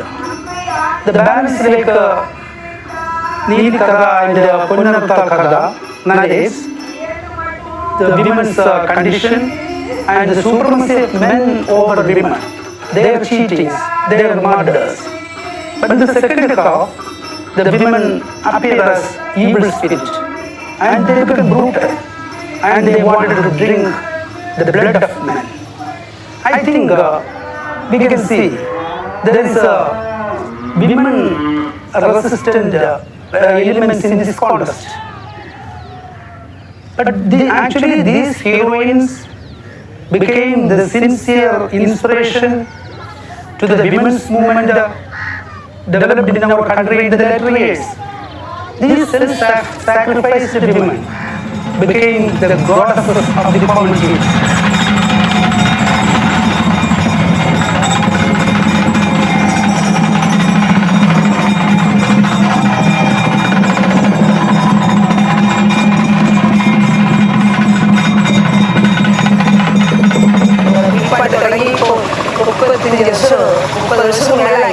ஒரு வருஷமாவது எங்களை இந்த மாதிரி ஒரு இடத்துல எங்களுக்கு இதுவே வரல. ஏன்னா நாங்கள் 2 ஹஸ்பண்ட் இருக்காருனால எங்களுக்கு ஒரு மரியாதை எல்லா இடத்துலையும், அம்மா அப்பாவுக்கு ஒரு மரியாதை, ஒரு ஒழுக்கம். அதனால எங்களுக்கு எந்த விதமான தீங்கும் இதுவரை ஏற்பட அம்மா மனிதர்கள் எல்லாம் நல்லபடியாக நடந்தது. கொலை செய்யப்பட்டு இறக்கப்பட்ட அல்லது சாவை தழுவிய பெண்கள் அவங்களை பற்றியுள்ள கதைகளை பெண் பாடகர்கள் பாடினா நல்லா இருக்கும் அப்படின்னு இப்போ நிறைய இடத்துல பெண் பாடகர்கள் வர்றாங்க. அவங்களுக்கு எப்படி அவங்க இசைக்கியம்மனுக்கு மரியாதை கொடுக்காங்களோ அதே மாதிரி இந்த பெண்களுக்கும் கொடுக்குறாங்க. அதுக்கு காரணம் என்ன அப்படின்னா, இந்த இசைக்கியம்மனை அல்லது தோட்டக்காரியம்மனை அல்லது இது போன்ற பெண் தெய்வங்களை சின்னநஞ்சி இந்த மாதிரிப்பட்ட தெய்வங்களை அவங்க வந்து இந்த சாமியாடிக்கு உடம்புல இறக்குறாங்க. அந்த வேலையை வில்லுப்பாட்டுக்காரங்க செய்கிறாங்க. அதனால் அவங்களுக்கு அந்த ஹோலி பர்சன் அப்படிங்கிற மரியாதை இன்னும் கொடுக்கப்படுது வில்லுப்பாட்டுக்காரங்க.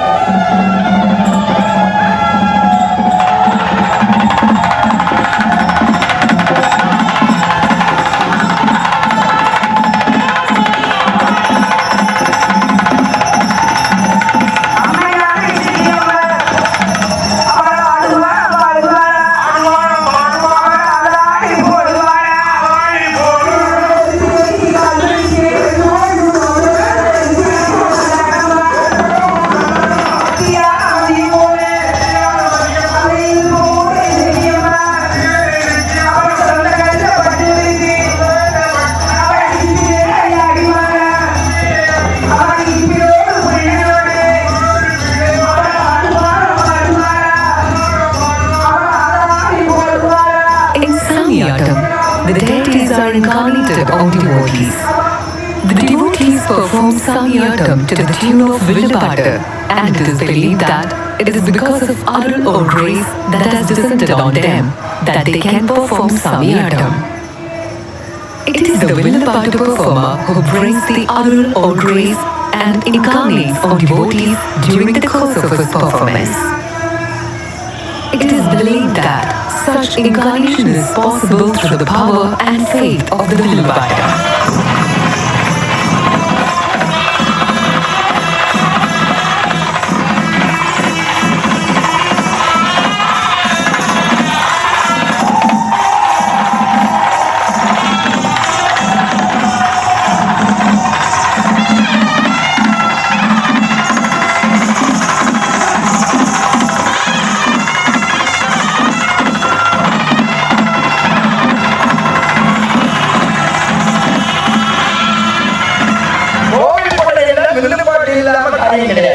எப்படி கல்யாணம் பருப்பு இல்லாம கல்யாணம், அதே போல கல்லாக இருக்கிற கடவுளை இந்த வில்லு அடிச்சு மனுஷ உடம்புல ஏற்றி அந்த மனிதர் ஆடி வருகின்ற மக்களுக்கும் நேமசம் செய்தவர்களுக்கும் ஆகிய அனுபவத்தின் கலை அவர்கள் கொடை விழா இருந்தால் வில்லு பாட்டு இல்லாமல் எந்த கொடை விழாவும் நிறைவடையாது. பாட்டிலே பாடுகின்ற பாட்டு வாழ்த்துப்படலாம், மங்களப்படலாம்.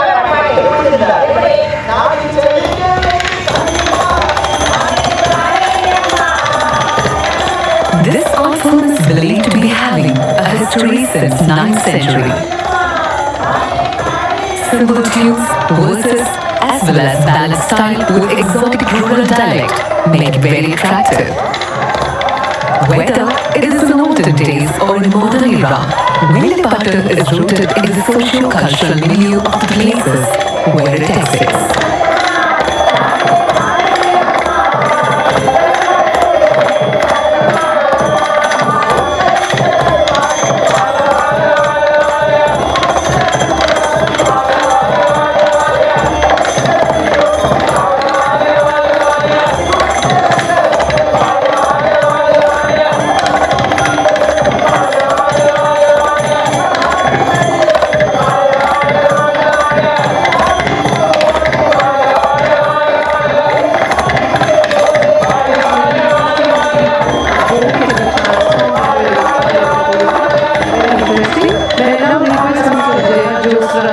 Please come on to this.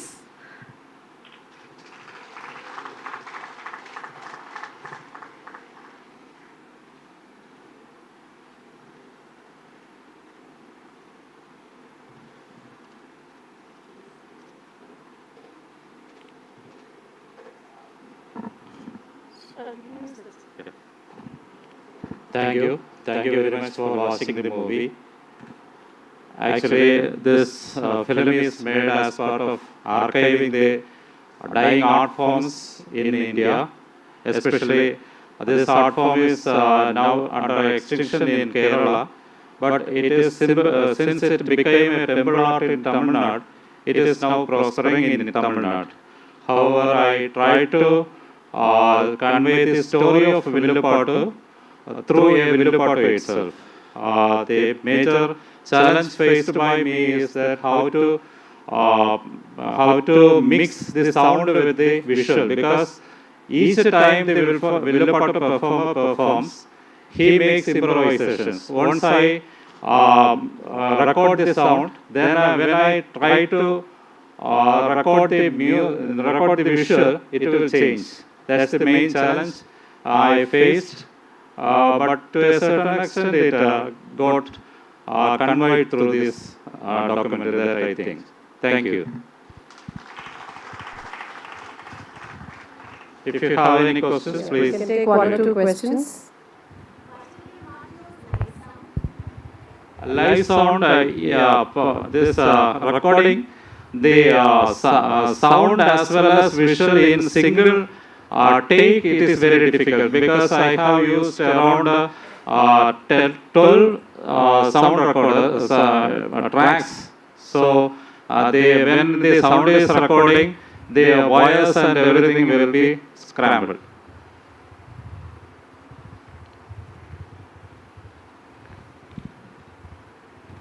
Thank you. No questions. We'll move to the next.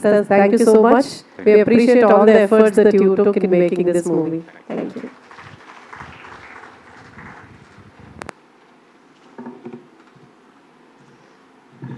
The next one on our list is Sundarban, a proverbial devil and the deep sea.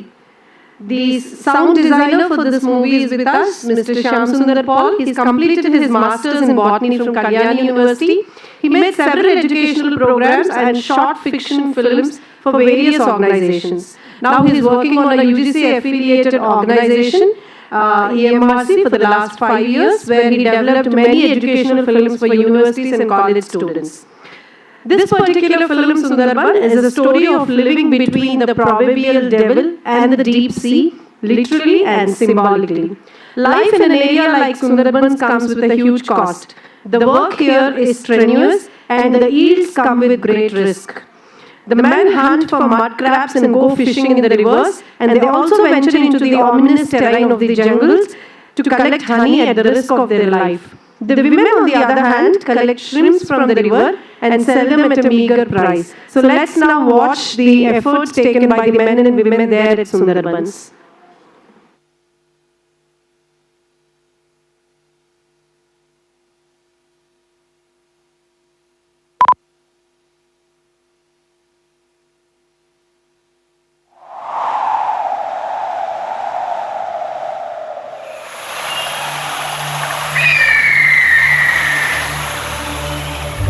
ওই নদীর উপরে আমরা সঙ্গে সালে কাঙিয়ে দুটো বাগদামারি আয়তো নিয়ে আমাদের দেশে রাতে উঠানি দিনে উঠানি আমরা ওই দিন 100 টাকা হয় না 200 টাকা এইরকম ভিডিও চালাতে হয় আমাদের। সুন্দরবনে জন্মানো মানেই কষ্ট। যতটা সুন্দর এখানকার প্রাকৃতিক সৌন্দর্য, ঠিক ততটাই কষ্ট এখানকার মানুষদের জীবন, বিশেষ করে এখানকার মেয়েদের। কারণ আয়লার পর এইসব অঞ্চলের বেশিরভাগ পুরুষেরা কাজের জন্য বাইরে চলে গেছে। মেয়েরা সাধারণত বাচ্চাদেরকে নিয়ে একাই থাকে।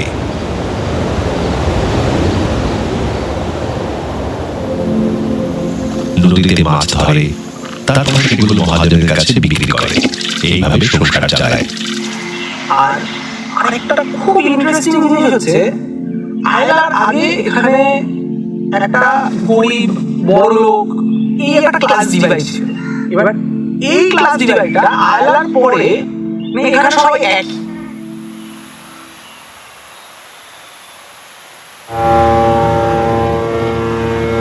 কলকাতা থেকে প্রায় 100 কিলোমিটার দূরে অবস্থিত UNESCO world heritage site Sundarban জঙ্গল।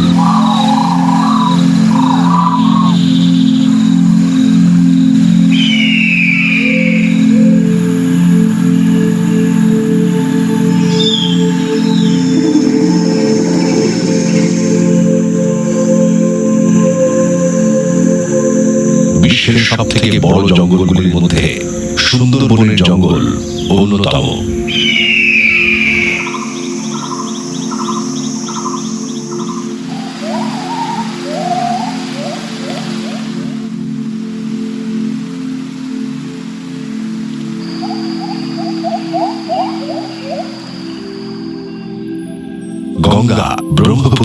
এবং মেঘনা, এই নদী ত্রয়ের অববাহিকার মিলনে বঙ্গোপসাগরের উপকূলে যে বদ্বীপ তৈরি হয়েছে সেই ম্যানগ্রোভ জঙ্গলকেই সুন্দরবন বলে।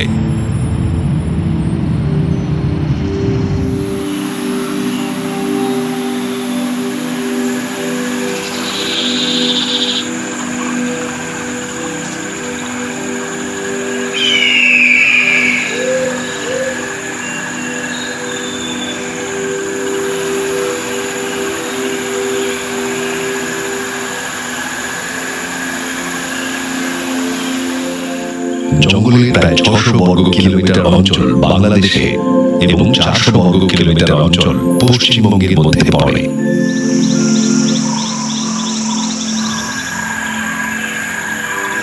আর এখানে পৌঁছানো এতটাও সহজ নয়। এটা এমন একটা জায়গা যেটা মানুষের বসবাসের জন্য নয়।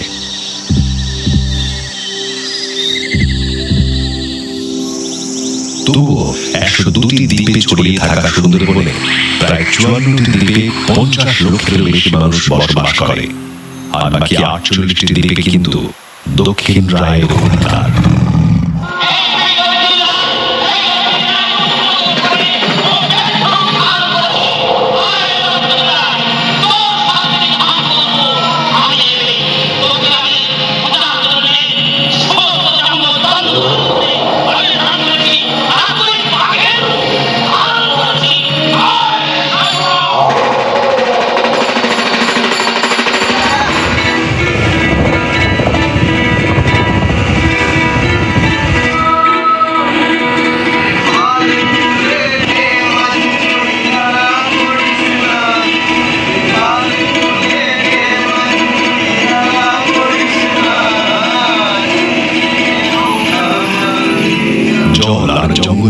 এই অঞ্চলের মানুষেরা সাধারণত কৃষিকাজ, মৎস্য শিকার ও গভীর জঙ্গলের মধ্যে গিয়ে মধু আহরণ করে জীবন ধারণ করে।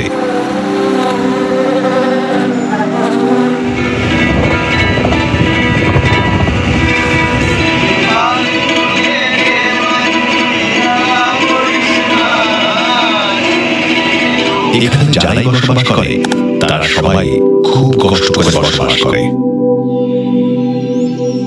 সে মানুষই হোক বা পশু। এখানে খাবারের অভাব রয়েছে, খুবই রয়েছে সুনির্দিষ্ট কাজের অভাব। মোটামুটি ভাবে নদীর উপরে নির্ভরশীল হয়ে এখানকার মানুষের বেঁচে থাকা। আর নদী মানেই মাছ ধরা। তবে এখানকার মানুষের মাছ ধরা কিন্তু অনেকটাই কঠিন আর ভয়েরও কারণ। এমনি সাধারণ নদীতে গিয়ে মাছ ধরার যে রিস্ক রয়েছে সেগুলো তো এখানেও রয়েছে, তার উপরে যে ভয়টা রয়েছে সেটা হলো বাঘের ভয়, দ্য রয়্যাল বেঙ্গল টাইগার। মাছ ধরাটা এখানকার মানুষের প্রধান জীবিকা তো বটেই, এই অঞ্চলের অর্থনীতির মেরুদণ্ডও বটে। সুন্দরবনে 172 ধরনের মাছের প্রজাতি এবং 44টি কাঁকড়ার প্রজাতির দেখা মেলে।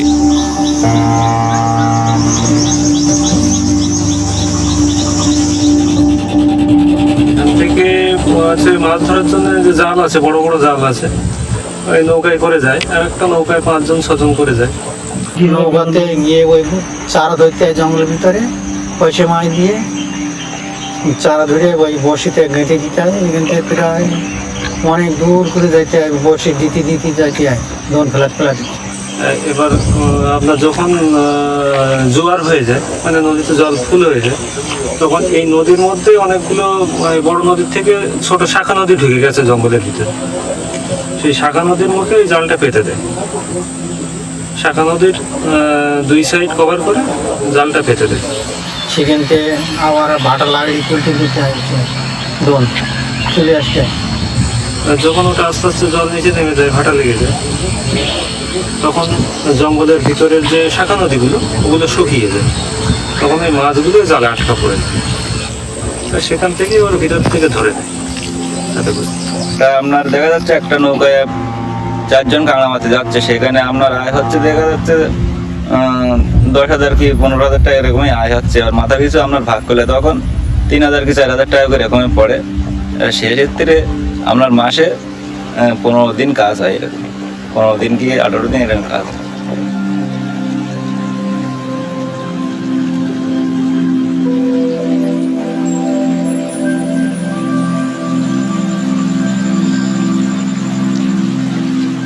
সুন্দরবন দেখতে যতটা সুন্দর ঠিক ততটাই আবার ভয়ঙ্কর। জগৎ বিখ্যাত এই দক্ষিণ রায় যেন সুন্দরবনের গরিমা রক্ষা করার দায়িত্ব পালন করে, তাই এই সুন্দর ঠিক ততটাই ভয়ঙ্কর সুন্দর হয়ে ওঠে।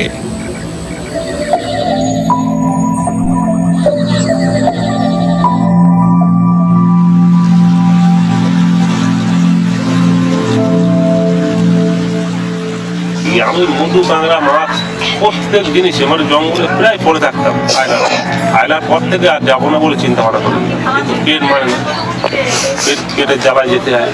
বাঘের খপ্পরে পড়ে এলাম তো মজুরিতে। বাঘের আমার নিজস্ব লোকে দুটো ঘুরে গেছে, তাড়িয়ে নিলাম তো আগে। জঙ্গলের ভিতরে গিয়ে জল খাল মতন আছে, ছোটো ছোটো, ওই জায়গায় খাওয়া হয়। এবার দুই এক সময় কী হয়, যখন ওই কামালটা বেশি ধরতেছে তখন ওই দিকেই মনটা থাকে, বাঘ স্টেশনে সেদিকে মন থাকে। চলে গিয়ে সোজা খুব পশ্চিম একটা খাল আছে, সেই খালে এবার খালে যাওয়ার পর এবার প্রথমে আমরা গিয়ে যাচ্ছি যখন একটা গাছ এইভাবে পড়ে আছে, একদম আমাদের ওই খাদ্যে যেতে ওই খালের এদের গ্রামে পৌঁছতে মাত্র 4 মিনিট সময় লাগে। শুধু একবার ভেবে দেখুন, এখানে মৃত্যু গ্রামবাসীদের থেকে শুধুমাত্র 4 মিনিটের দূরত্বে থাকে।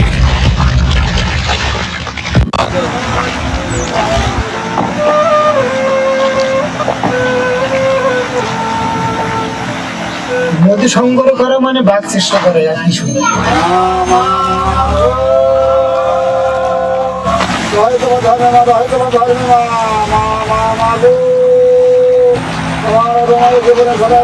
এটা 1 মাসে হয়তো দেওয়া গেল 1 কুইন্টাল মধু ভাগি হলো।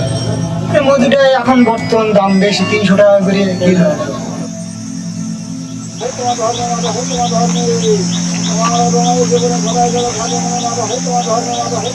প্রতিদিন এমনি মহলে যখন যাবো তখন একটা হয়তো দেওয়া গেল 1-1.5 কুইন্টালও পালাম, আবার 1 কুইন্টাল পালাম, আবার দেখা যায় সারাদিন ছাটাতে কোনো কিছু হলো।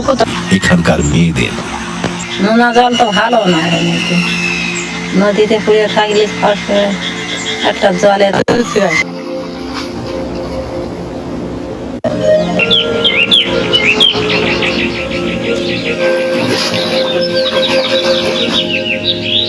বৈদ্যুতিক আলো এসে পৌঁছলেও সভ্যতার আলো যেন দিনে দিনে নিভে আসছে এই ইউনেস্কো হেরিটেজ সাইট সুন্দরবনে। স্কুলে যাওয়াটাই খুব কঠিন, কাজ করতে হয়তো ছোট থেকে, সময় কোথায় পড়াশোনা করবে, দুবেলা দুমুঠেকে বেঁচে থাকতে হবে, এটাই বাস্তব চিত্র এখানকার। স্কুল যদিও বা আছে এই অঞ্চলে, কোনো কলেজ এখানে নেই।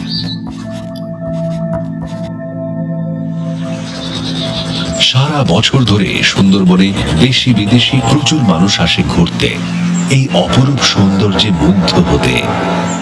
এই অপরূপ সৌন্দর্যের মধ্যেখানে কত যে দুঃখ গাথা লুকিয়ে আছে সে কথা খুব কম লোকে জানে।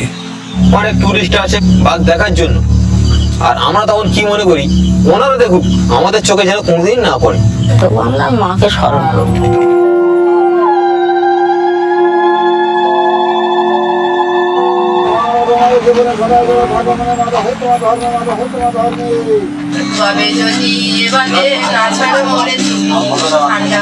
সুন্দরবনে এমন এক জায়গা যেখানে হিন্দু মুসলিম একই ঈশ্বরের পূজা করে।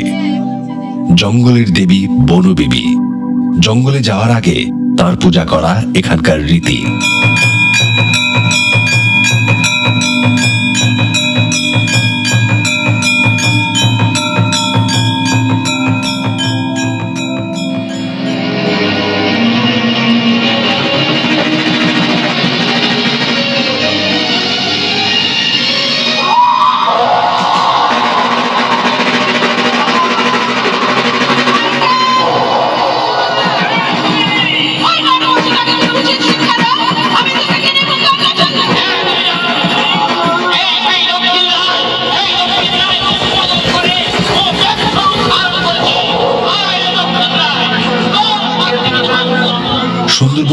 সেই রীতিকে প্রজন্মের পর প্রজন্ম ধরে পালন করে আসছে।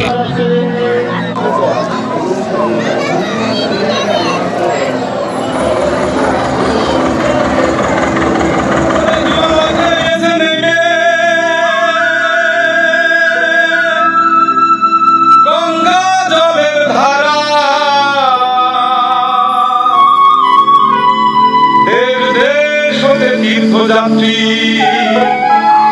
প্রণমী আত্মধারা।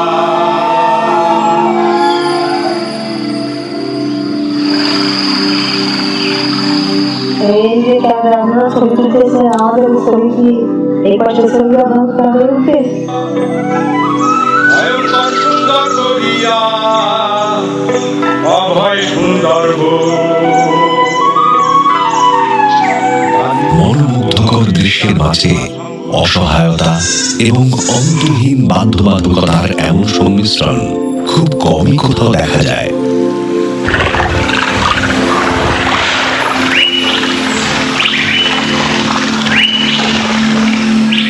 এদের সকলের চোখে স্বপ্ন আছে। এরা নিজেদের ছেলে মেয়েদের লেখাপড়া শেখাতে চান। এরা যে সমস্যার সম্মুখীন হয়েছেন তারা চান তাদের বাচ্চারা যেন সেই সমস্যার সম্মুখীন না হয়, আর তারা যেন বড় হয়ে সেই সমস্যার সমাধান করতে পারে।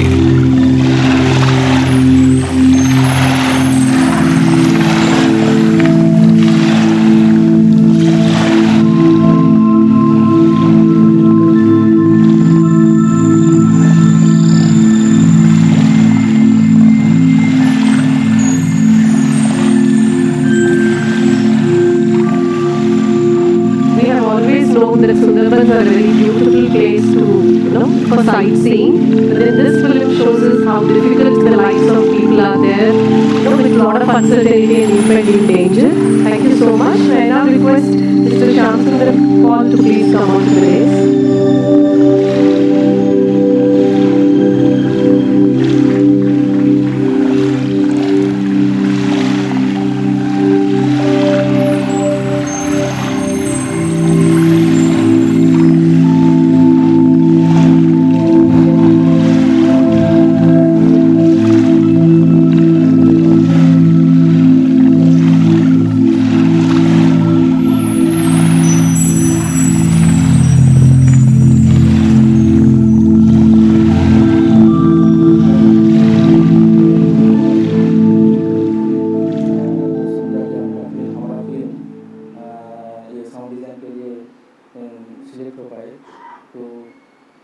ये सुंदरबन जो है ये वर्ल्ड हेरिटेज एक प्लेस है जहाँ का साइट तो बहुत सुंदर तो है, और वहाँ में जो वहाँ पे जो रहता है उसका लाइफ बहुत ही कठिन है। तो उसके ऊपर हम लोग देखा, क्योंकि हमारा डायरेक्टर हमारा दोस्त भी यहाँ पे ही है, हमारा जो कैमरामैन है वो रेगुलरली वहाँ पे जाता थे, तो वो ये सब कैप्चर करते थे बहुत साल से, तो 7-8 साल से वो सब कैप्चर करते थे। तो हम लोग लास्ट 2-3 साल से एक डिस्कस किया कि इसके ऊपर एक फिल्म बनना चाहिए, जैसे कि हम लोग सुंदरबन के मानसिक जो कठिनाइयाँ हैं वो हम लोग एक डॉक्यूमेंट के थ्रू ला पाए, तो इसके पर्पस हम लोग ये डॉक्यूमेंट बनाया। Thank you, sir. We can take 1 or 2 questions if the audience have any. Thank you. Thank you, sir. If there are no questions, we'll move to the next film.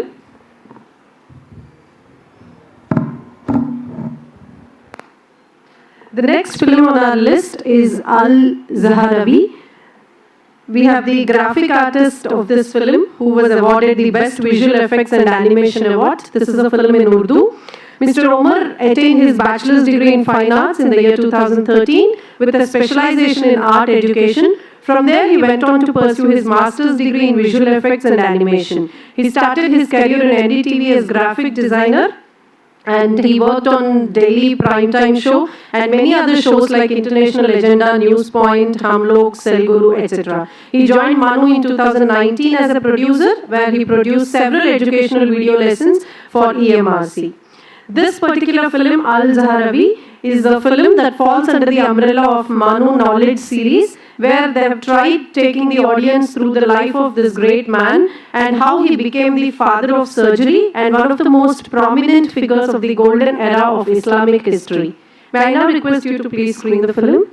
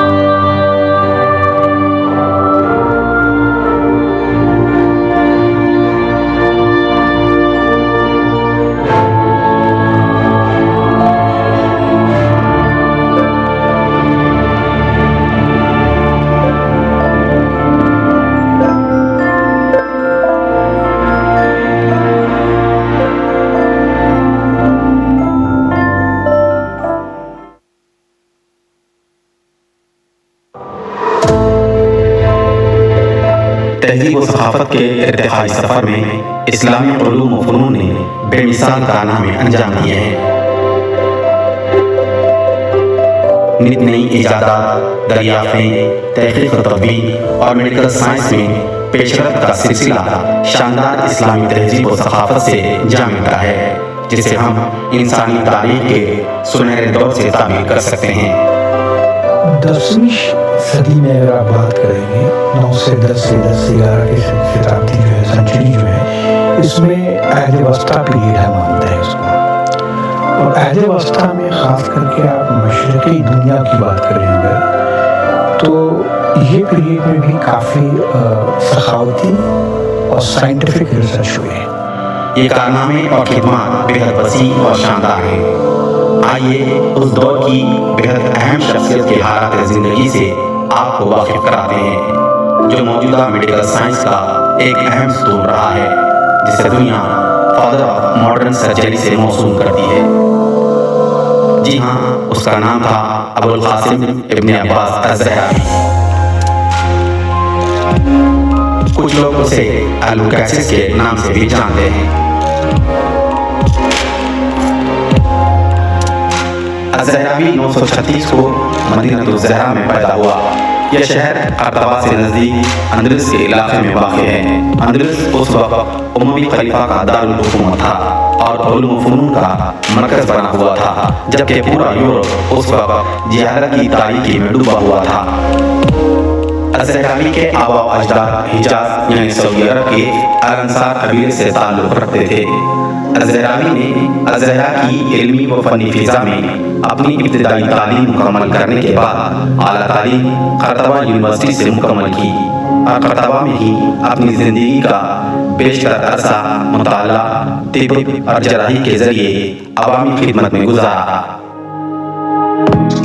अज़हरावी ने उमवी खलीफा अल-हकम सानी और फौजी खलीफा अल-मंसूर के अहद में शाही तबीब के तौर पर तकरीबन 5 दौर तक इंसानियत की खिदमत की। बाकी उम्र अल-अंदलुसिया खुलफा की सरपरस्ती में रहा।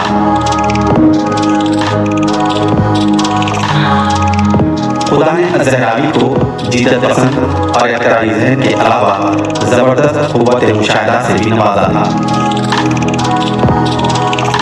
उनका तारीखी कारनामा यह है कि उस वक्त तक हर किस्म की बीमारियों का इलाज सिर्फ दवाओं के जरिए ही किया जाता था। जिस्म किताब ने अज़हरावी को जिंदा जावेद कर दिया। 12वीं सदी के अवाखिर में इस किताब का जेराड ऑफ क्रेमोना ने लातीनी ज़बान में तर्जुमा किया। इसके बाद इन मखतूतात का अंग्रेज़ी, फ्रांसीसी और दुनिया की बेशतर ज़बानों में तर्जुमा किया गया, जिसने मेडिकल साइंस की तरक्की की रफ्तार को मज़ीद तेज़ कर दिया।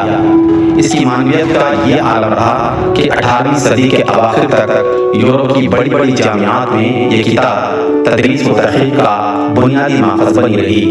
ज़रावी की जो तस्नीफ को 3 सेक्शन में बांटा है। पहला सेक्शन जो है कॉटराइजेशन ऑफ फोन पर।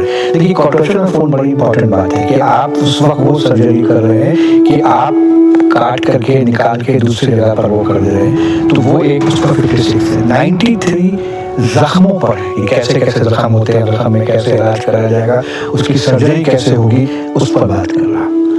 उसके बाद एक पूरा सेक्शन है जो ऑर्थोपेडिक्स पर बात करना कि पेल्विस के साथ अगर आपका हो गया तो कैसे करेंगे, अलग अलग फ्रैक्चर पर बात की जा रही पेल्विस की बात। उसके बाद फिर आप जो है गायनेकोलॉजी पर बात हो रही।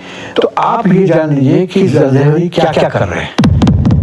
तस्वीर में बयान करता उनकी बहुत सी दरियाफ्तों से दुनिया आज भी ना आशना है, जिसके नतीजे में बहुत सी दरियाफ्तों का सेहरा बाद के डॉक्टरों के सर बांध दिया गया।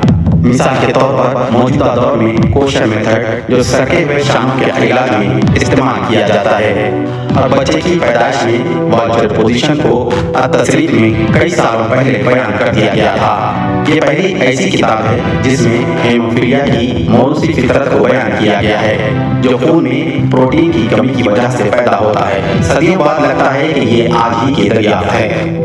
ये पहली तस्नीफ है जो माइग्रेन यानी दर्द शकीका तफसील अंदाजा इस बात से लगाए जा सकते जाने वाले आंकड़े ईजाद किए जो जराही या ऑपरेशन में इस्तेमाल किए जाते हैं।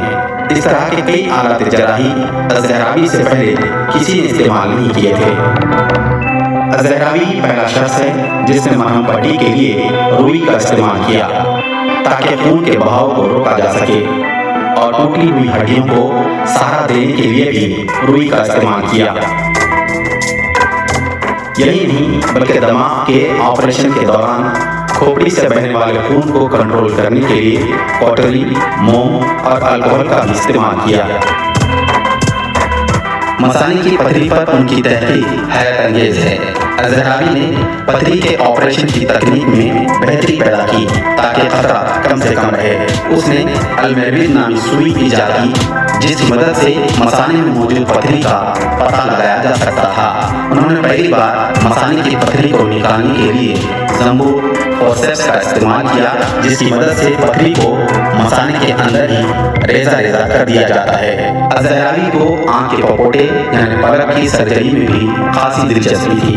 उन्होंने इस सिलसिले में नुकीले आलात के इस्तेमाल के लिए डॉक्टरों को बहुत कारआमद मशवरे दिए हैं। उनके पास इस तरह के ऑपरेशन अंजाम देने के लिए मुख्तलिफ किस्म के आलात मौजूद थे। उन्होंने जराही की कई हिकमत अमलियों को भी बयान किया जो मुख्तलिफ अमराज की तशखीस के लिए अपनाई जाती हैं।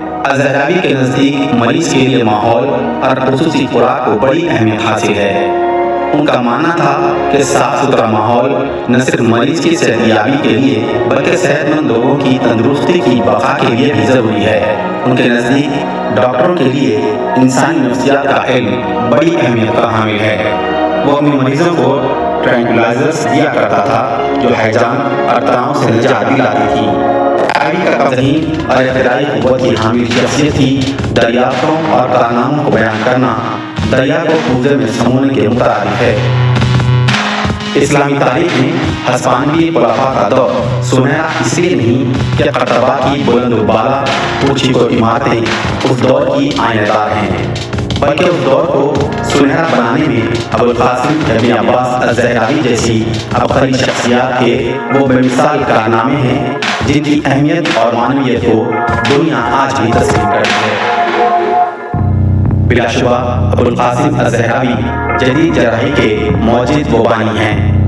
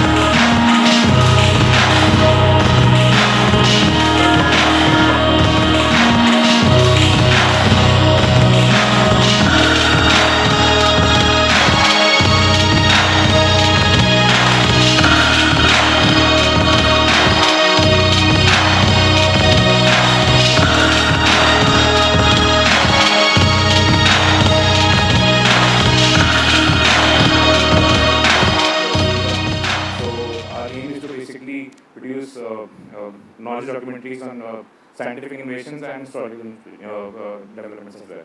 So if you have any questions regarding this documentary, I'll be happy to answer.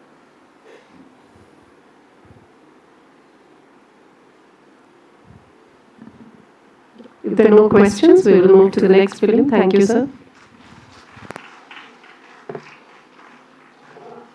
The next one that we're going to watch is Lightning Storm, a graphic content development for instructional video, which is a short training video meant for educating the teaching faculty about how to use graphics content for MOOCs development.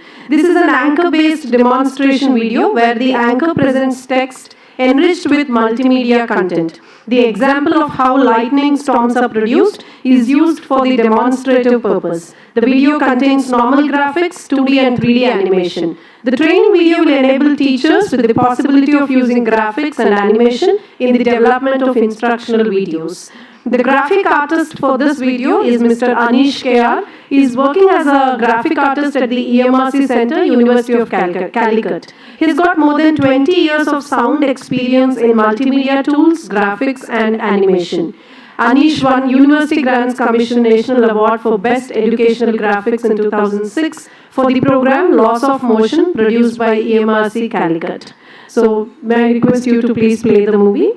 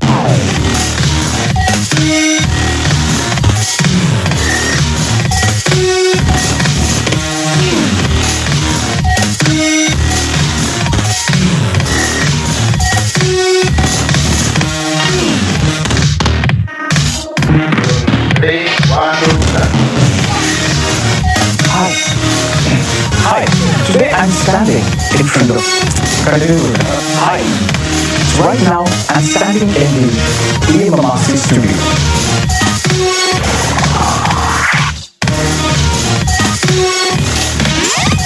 Hi, so right now I'm standing at the EMRC studio. And I'm surrounded by different studio equipments, the lights, cameras, and even a teleprompter in front of which I'm standing. Apart from the cameraman, there are many other people who are going to help me step by step in completing this process, my technical crew. And so let's take a look at how the whole process is done. Come with me.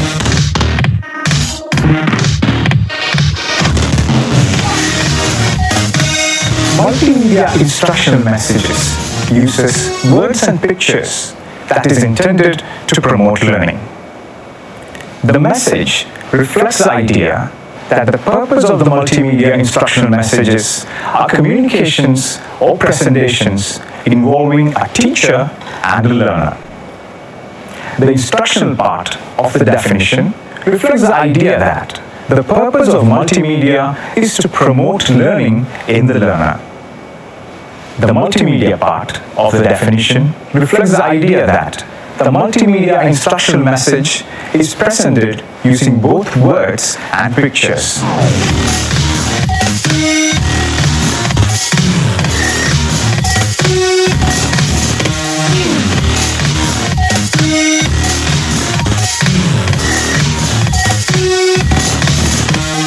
Alright, now let's take a look at the presentation on lightning storms. Lightning can be defined as the discharge of electricity resulting from the difference in electrical charges between the cloud and the ground. When the surface of the earth is warm, moist air near the earth's surface becomes heated and rises rapidly, producing an updraft. As the air in these updrafts cools, water vapor condenses into water droplets and forms a cloud. The cloud stop extends above the freezing level. At this altitude, the air temperature is well below freezing. So the upper portion of the cloud is composed of tiny ice crystals.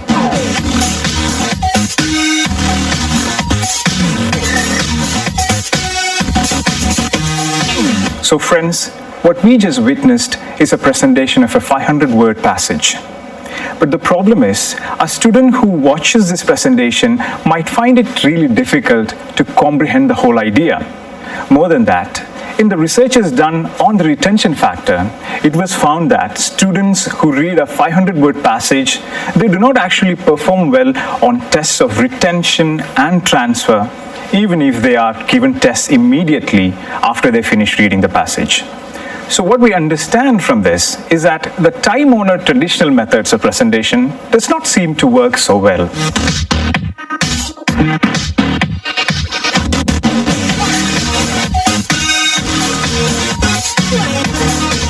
So what we're witnessing right now is the illustrator at work. The illustrations are made based on the instruction that the teacher gives. And when it's complete, it is then scanned and converted to a graphic image, which will then be incorporated into the final product. Lightning can be defined as the discharge of electricity resulting from the difference in electrical charges between the cloud and the ground. When the surface of the earth is warm, moist air near the earth's surface becomes heated and rises rapidly, producing an updraft. As the air in these updrafts cools, water vapor condenses into water droplets and forms a cloud.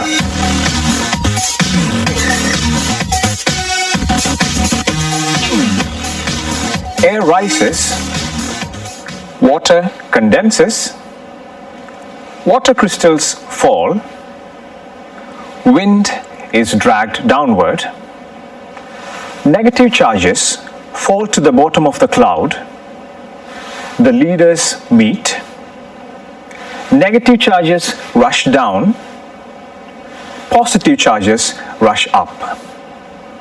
These are the explanation units because they are the main steps in the explanation. The same process used in producing illustrations can be used to generate multimedia lessons on a computer-based environment.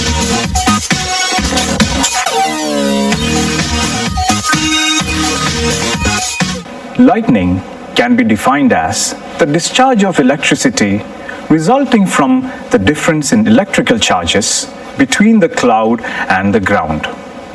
When the surface of the earth is warm, moist air near the earth's surface becomes heated and rises rapidly, producing an updraft.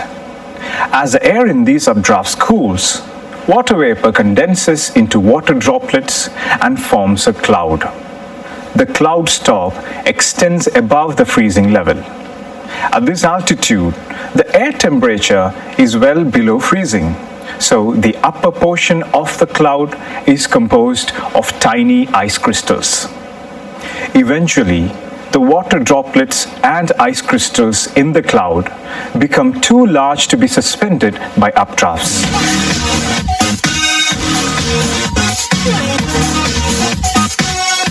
Within the cloud, the moving air causes electrical charges to build, although scientists do not fully understand how it occurs.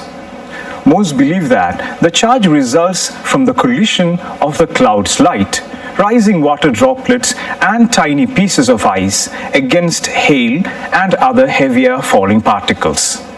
The negatively charged particles fall to the bottom of the cloud, and most of the positively charged particles rise to the top. The first stroke of a cloud-to-ground lightning flash is started by a stepped leader. Many scientists believe that it is triggered by a spark between the areas of positive and negative charges within the cloud. A stepped leader moves downward in steps, each of which is about 50 yards long and lasts for about 1/1,000,000th of a second. It pauses between steps for about 1/1,000,000th of a second. As a stepped leader nears the ground, positively charged upward moving leaders travel up from such objects as trees and buildings to meet negative charges. Usually, the upward moving leader from the tallest object is the first to meet the step leader and complete a path between cloud and earth. The two step leaders generally meet about 165 feet above the ground. Negatively charged particles then rush from the cloud to the ground along the path created by the leaders. It is not very bright and usually has many branches. As the step leader nears the ground, it induces an opposite charge, so positively charged particles from the ground rush upward along the same path. This upward motion of the current is a return stroke, and it reaches a cloud in about 70 microseconds. Hi, have you ever wondered how a lightning happens? Well, let's take a look. In the first step, cool moisture moves over a warmer surface on the earth and then it gets heated. In the next step, this warmed moisture, they start to rise rapidly onto the sky. Now this upward motion, this is the updraft. What happens here is that when the air in this updraft cools, the water vapor condenses into water droplets, and these water droplets then end up forming the cloud. Now, if you imagine that this is the freezing level, we can see that the upper part of the cloud extends above the freezing level.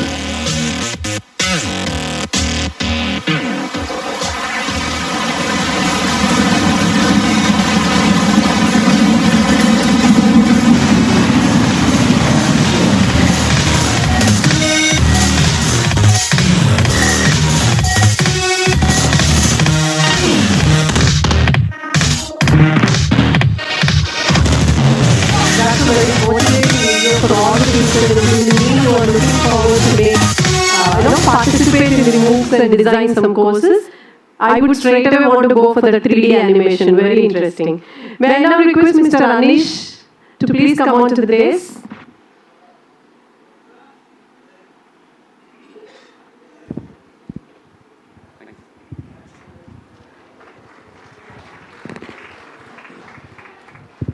Hello. Thank you, CEC and Osmania, for giving me a chance to be here in front of you. This is nothing but an instructional video to educate the teachers to change their teaching method from the conventional method to a new digital method. Nothing else. Hope you all enjoyed it. Thank you. Anybody has questions, any queries, any comments? So it looks like they're all motivated enough, so no questions. Thank you. Thank you. We will now move to the next one on our list. This is Murud Fort. Murud Janjira is a small coastal town in Raigad district of Maharashtra, India. It's famous for Murud Janjira Fort, which was built by Siddhi dynasty in the 15th century. So this short film is about the fort. This was cited under Best Visual Effects and Animation Award. And the director is Mr. Arjun Bhagat. He's the creative director of IMAC. He started his career with India Today's television program News Track. Later, Arjun became the show's anchor and subsequently its producer on Star News. Arjun started his own company, IMAC News and Entertainment Private Limited, in 1998. And over the course of 24 years, the company has produced programming for central and state governments and many private channels. We will now witness this short film on Murud Fort.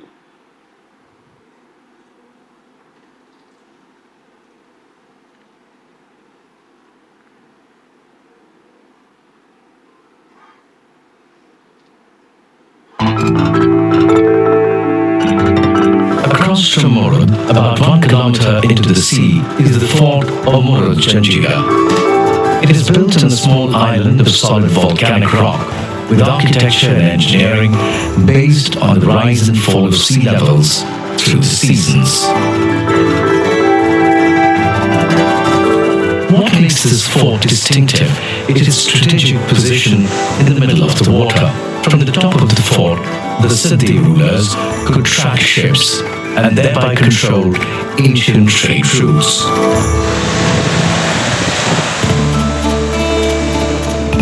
As we approach the fort, we realize that we cannot see the entrance gate. It's only when the walls of the fort start towering 12 meters above us do we get our first glimpse of the magnificent gate of Murud with its steep steps. This is an important architectural and engineering feature.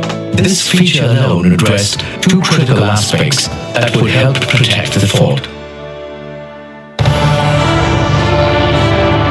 Firstly, this ensured that the entrance was protected from any direct cannon fire. Secondly, the enemy would need to approach within 12 meters of the main gate by boats to even get a glimpse of it, thereby protecting any assault on the front gate. This was also the perfect distance for the massive cannons that protected Murud to obliterate the enemy. It's low tide, so our dhow anchors about 15 meters from the fort's gate, and we walk along one of Murud's massive walls to reach the main entrance. The lower foundation of the fort shows signs of wear due to the constant battering of the waves through the centuries. As Arjun takes the first step inside the fort, he notices that the entrance is flanked by a panel on one side depicting elephants trapped by a single tiger. On the other side is an image of two tuskers fighting each other as two lions look on. These were the emblems of the Siddhi rulers. The fort itself is spread across 22 acres. It is made of stones bonded together by a mixture of lead, sand, and gold. The main buildings of the fort are now in ruins. For nearly 600 years, it was occupied with all the necessary facilities like palaces, quarters for officers and soldiers and their families, and a mosque and a temple, two 18 meters deep natural freshwater lakes, and many wells.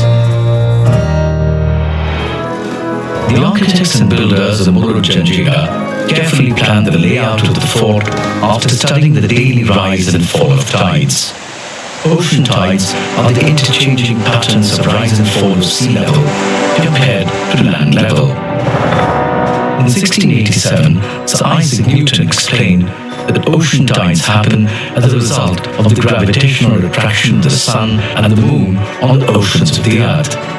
The gravitational force exerted by the sun on the earth is only 46% that of the moon, making the moon the single most important factor in the creation of tides. The moon's gravitational force pulls the water in the ocean towards it, and this causes the bulge towards the moon. The bulge on the other side of the earth, opposite the moon, is caused by the moon pulling the earth away from the water on that side. These two correspond to high tide and low tide.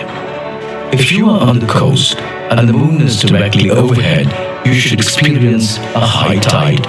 Since the earth completes its rotation in 24 hours, you will experience low tide and high tide within 6-hour intervals.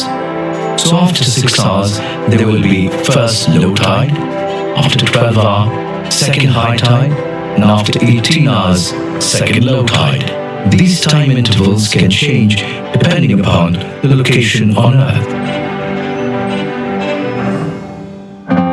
If you remember, Arjun entered the fort in the morning when the tide was low, so the dhow had to be anchored a fair distance away. It's now evening, and as we wait for our dhow to return, the tide is high.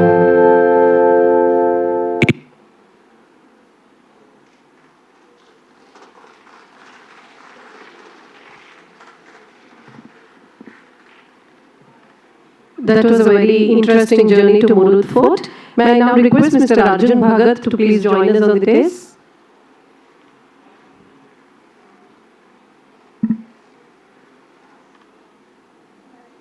Mr. Arjun, are you here with us?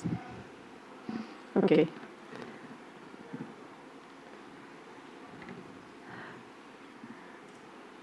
So we shall move to the last film that is scheduled for today, Vavtal Whirlwind. This is awarded the Best Amateur Video Production Award to Mr. Suraj Madhale. The movie is about Akshay, a simple middle class person who has started working as a driver at an industrial area. And I think the movie showcases the difficulties that are faced by the family to survive. It is the story of how the life of an ordinary worker can get into a tangle by a small problem. So let us all watch this film now.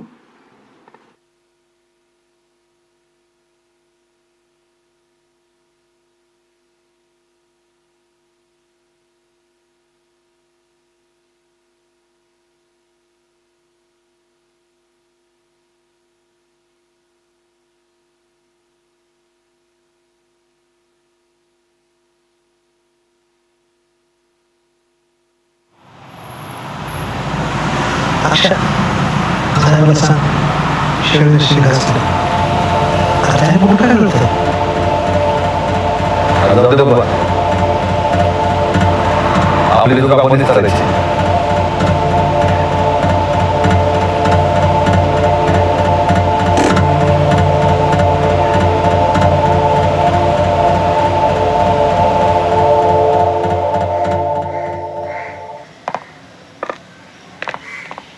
Akshay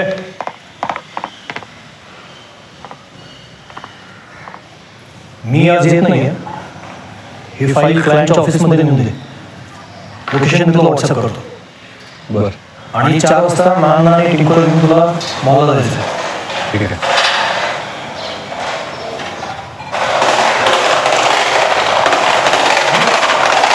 काय करतोय? नवीन आहे ना गाडी? तुटेल ना. काल झाली आहे ना. Behave yourself. आणि हा मोठी गाडी घेऊन जा. क्लायंट नवीन आहे. हो सर. येतो.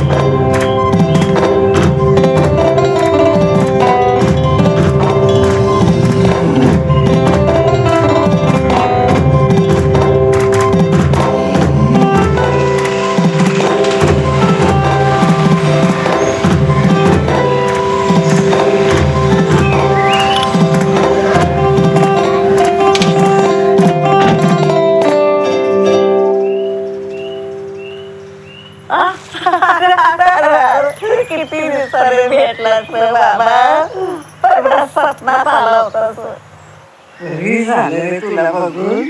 अरे ती एसटी झेपत नाही म्हणून नाहीतर मी चालले असते तुझ्या पुण्याला. अगं जे सवडच मिळत नाही बघ, नुसती धावपळ चालू असते. इकडे ह्या रस्त्याला आमच्या मालकाचं काम होतं म्हणून तुला बघायला आलो इकडे. लय बेस केलं बघ. हे बघ आता जत्रेला येशील तेव्हा बायकोला घेऊन यायचं बरोबर. ते काम कर, चल माझ्यासोबत.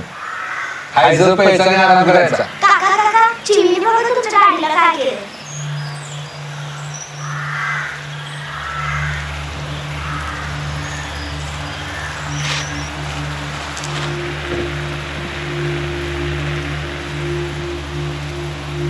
कुठं तो आहे काकाकडे काय काय चिमणीचा आवाज शेताला गेला. काय दिसते मला काय करत आहे तुला. हा आधी जायचं रांगोळी काढायला आई बोलले बोलत आमच्या घरातल्या शेगडी बिळल्या उठल्या आणि आगून देण्याचा पत्त्या नाही.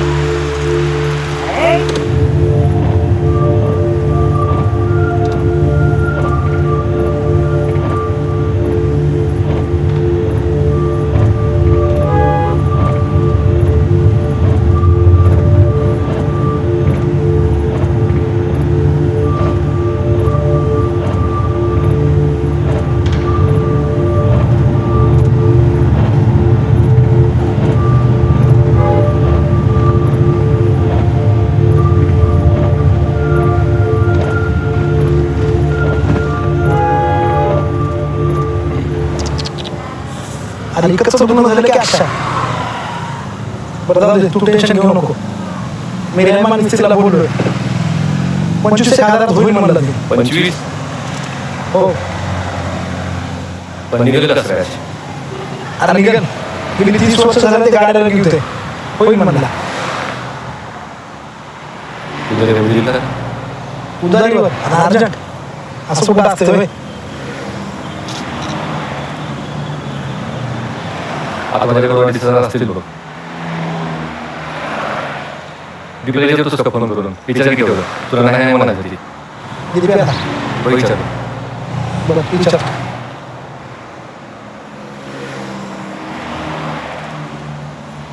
हा अरे दीप्या एवढं कर की होत नाही. बरोबर हो ठीक आहे. बरोबर हो हां. अरे अक्षा त्याला आताच गाडीचा हप्ता भरला म्हणा. काय जमत नाही मला. नाही आणि काही सीझन बी नाही ना. दीपिका म्हणलं की त्या ॲडमध्ये काहीतरी स्क्रॅच रिमूव्हर पेन आलाय म्हणून त्याला जाते म्हणून स्क्रॅच. मग त्या पेनचं भाव काय होत असेल तर बस गाडी. पक्क्या जरा जाऊन येतो. या लक्ष ठेवा. ठीक आहे.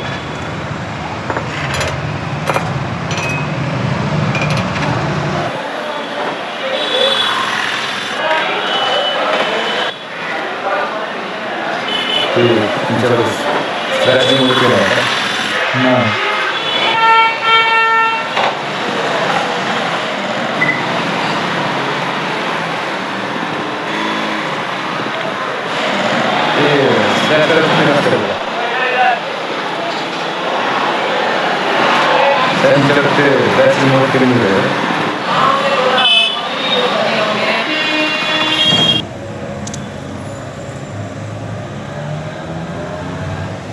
काय करायला तुला गाडीला लक्षात सांगितलं मी. आता काय आलो पण भेटलं पेन भेटलं तुला सगळं सांगावं लागतं बेटा. लाडू खाते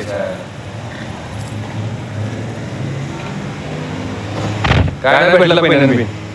याला सगळ्या दणकी असतात. आमच्या मालकाची इच्छा आहे त्याला बघितलं द्यायची होती. दुसऱ्याकडे का गेली असती काय. चल चल काही चल.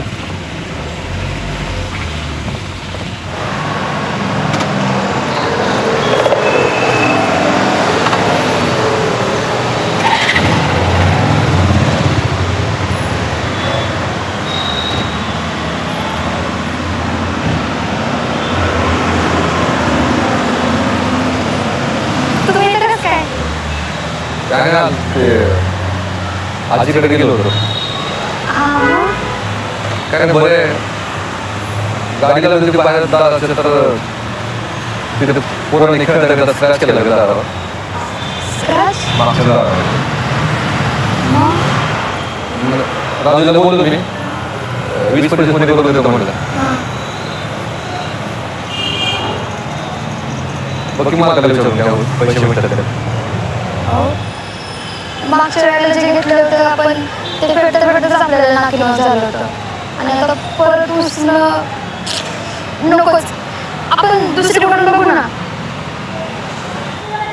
मला मी काय अक्कल सुचली ना आजीकडे गेलो मी. एकदा बघ की विचारून होतं का आता माझ्याकडून परत कसं मागायचं.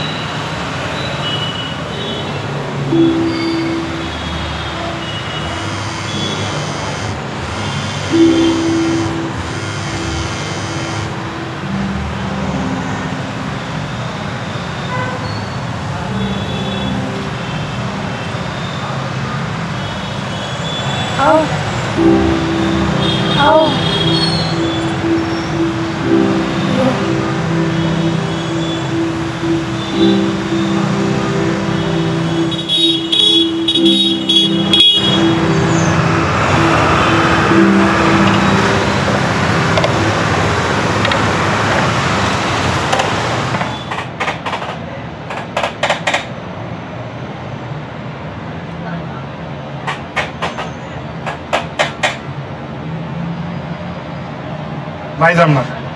खेळ मॅच नाही होणार. अहो सकाळीच म्हणले ना आणा करून देतो म्हणून. तुम्ही म्हटलं मग पैसे बी आणले आम्ही. बघतो म्हणलो होतो.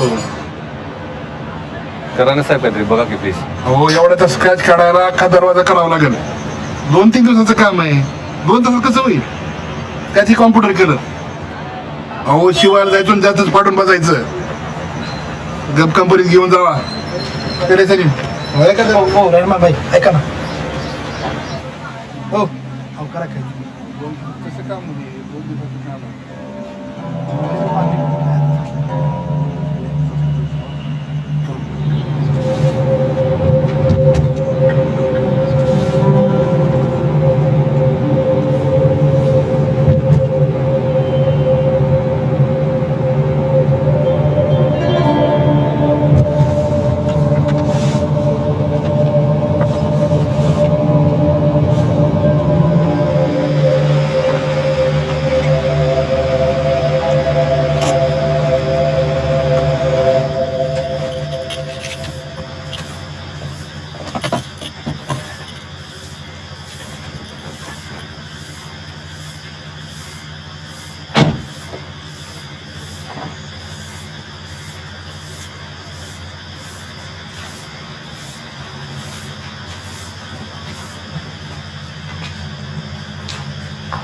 साहेब कुठे गेलेत का? साहेब मॅडम आणि टिंकूला घेऊन मॉलला गेलेत. लय बेकार चिडलेल तुझ्यावरती. कुठं होता तू?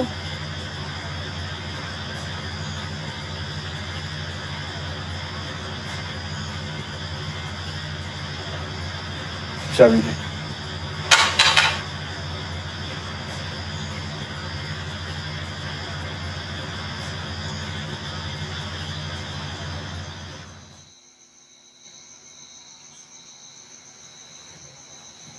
अहो मी मालकाकडून बघते उद्या मागून आणि बिशीत बी आहेत थोडं.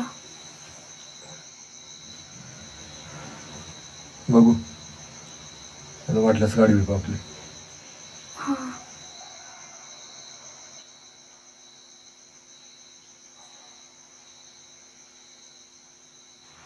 नाही त्याने फरक नाही पडणार ना. आपला फाईल पोचली ना आपली. काय तुम्ही एक काम करा. तुम्ही बोलून घ्या साहेबांशी. मी फोन करतो त्यांना. ठीक आहे ठेवू का? ओके ओके या या साहेब या या. काय कुठं होतात काल? किती फोन केले मी. उचलतायत नाही फोन. शेवटी मला यांना घेऊन जायला लागलं मॉलला. 1 महिना झाला ना कामाला लागून. अजून कळत नाही तुला? तुला माहिती आहे ना टिंकूला हीच गाडी लागते. रडून गोंधळ घातला त्याने इकडे. Sorry sir. आणि इकडे रे इकडे इकडे हे बघितलंस काय झालंय? Sorry sir. तुला किती वेळा सांगितलंय मी गाडीवरती कव्हर घालत जा म्हणून, सांगितलं की नाही? टिंकूनच चित्र काढलंय त्याच्यावर बघ.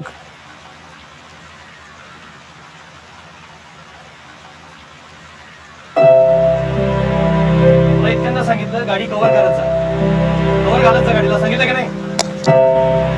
चुकून झालं. आता बघत काय बसलायस? 3-4 दिवस गाडी अडकली नाही कंपनीत. हा असला गलथानपणा मला पुन्हा चालणार नाही, लक्षात ठेव. ठीक आहे सर. मुंबईला जायचं आपल्याला, ती गाडी काढ, चाल वर.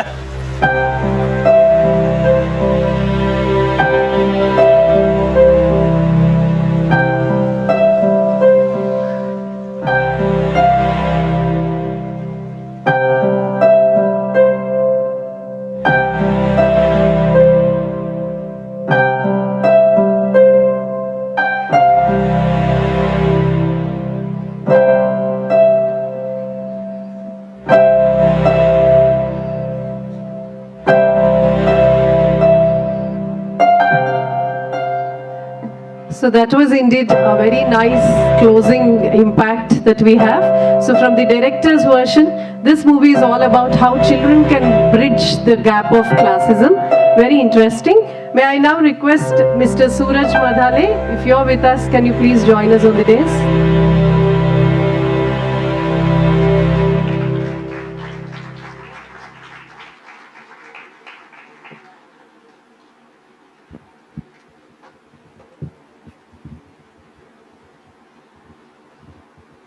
Thanks to all of you.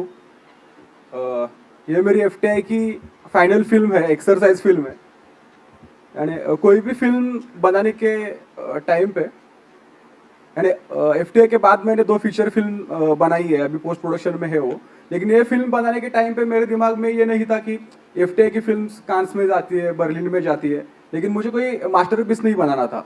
यानी मेरी टीम को ब्रीफिंग भी ये थी कि फिल्म मेकिंग सीखने के लिए हम यहाँ आए हैं और ये फिल्म हमें गलतियाँ करने के लिए बनानी है, सीखने के लिए बनानी है.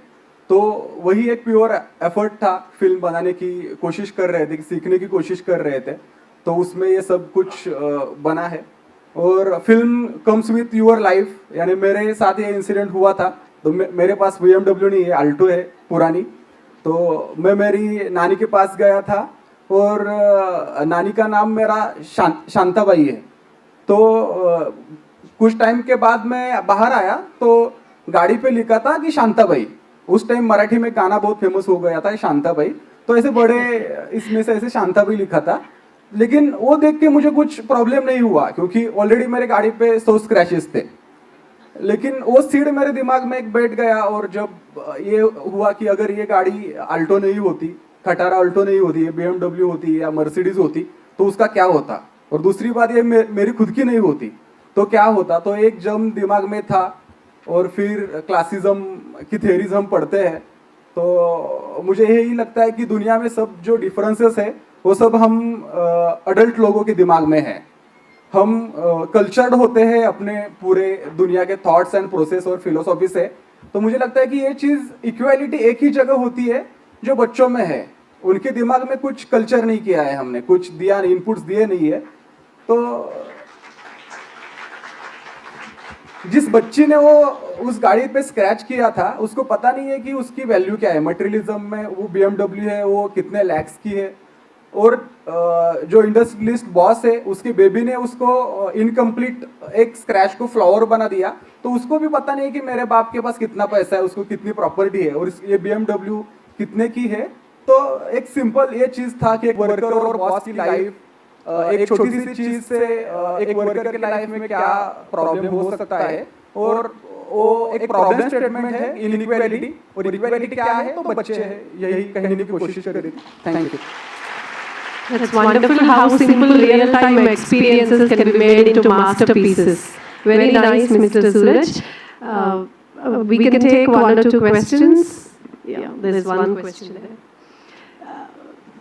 We request you to please be crisp. We are running out of time. पहले बधाई हो आपको, ये बहुत बढ़िया फिल्म मुझे लगा.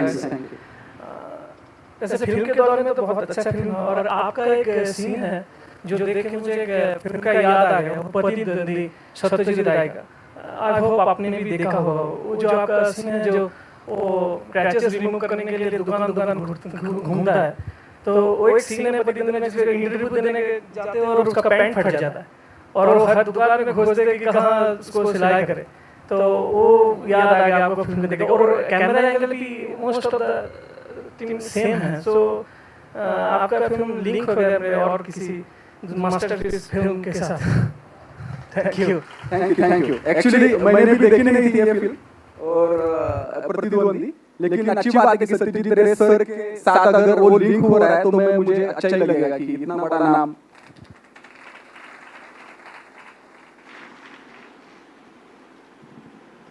Okay, so if there are no more questions, we'll close. And I wanted to make one remark. We should appreciate all the artists in the film. They were not behaving as if it was a short film or a 5-minute video. They were all like professionals. We should appreciate the whole team. Thank you so much. So we come to the end of the Day-2's film screening. I once again thank all of you for your enthusiastic participation, and I thank all the dignitaries for joining us, directors of various EMRCs. Thank you so much. We shall meet tomorrow morning sharp at 9:30, and now we will break for lunch. And I request all the delegates to join for lunch at EMRC. Thank you.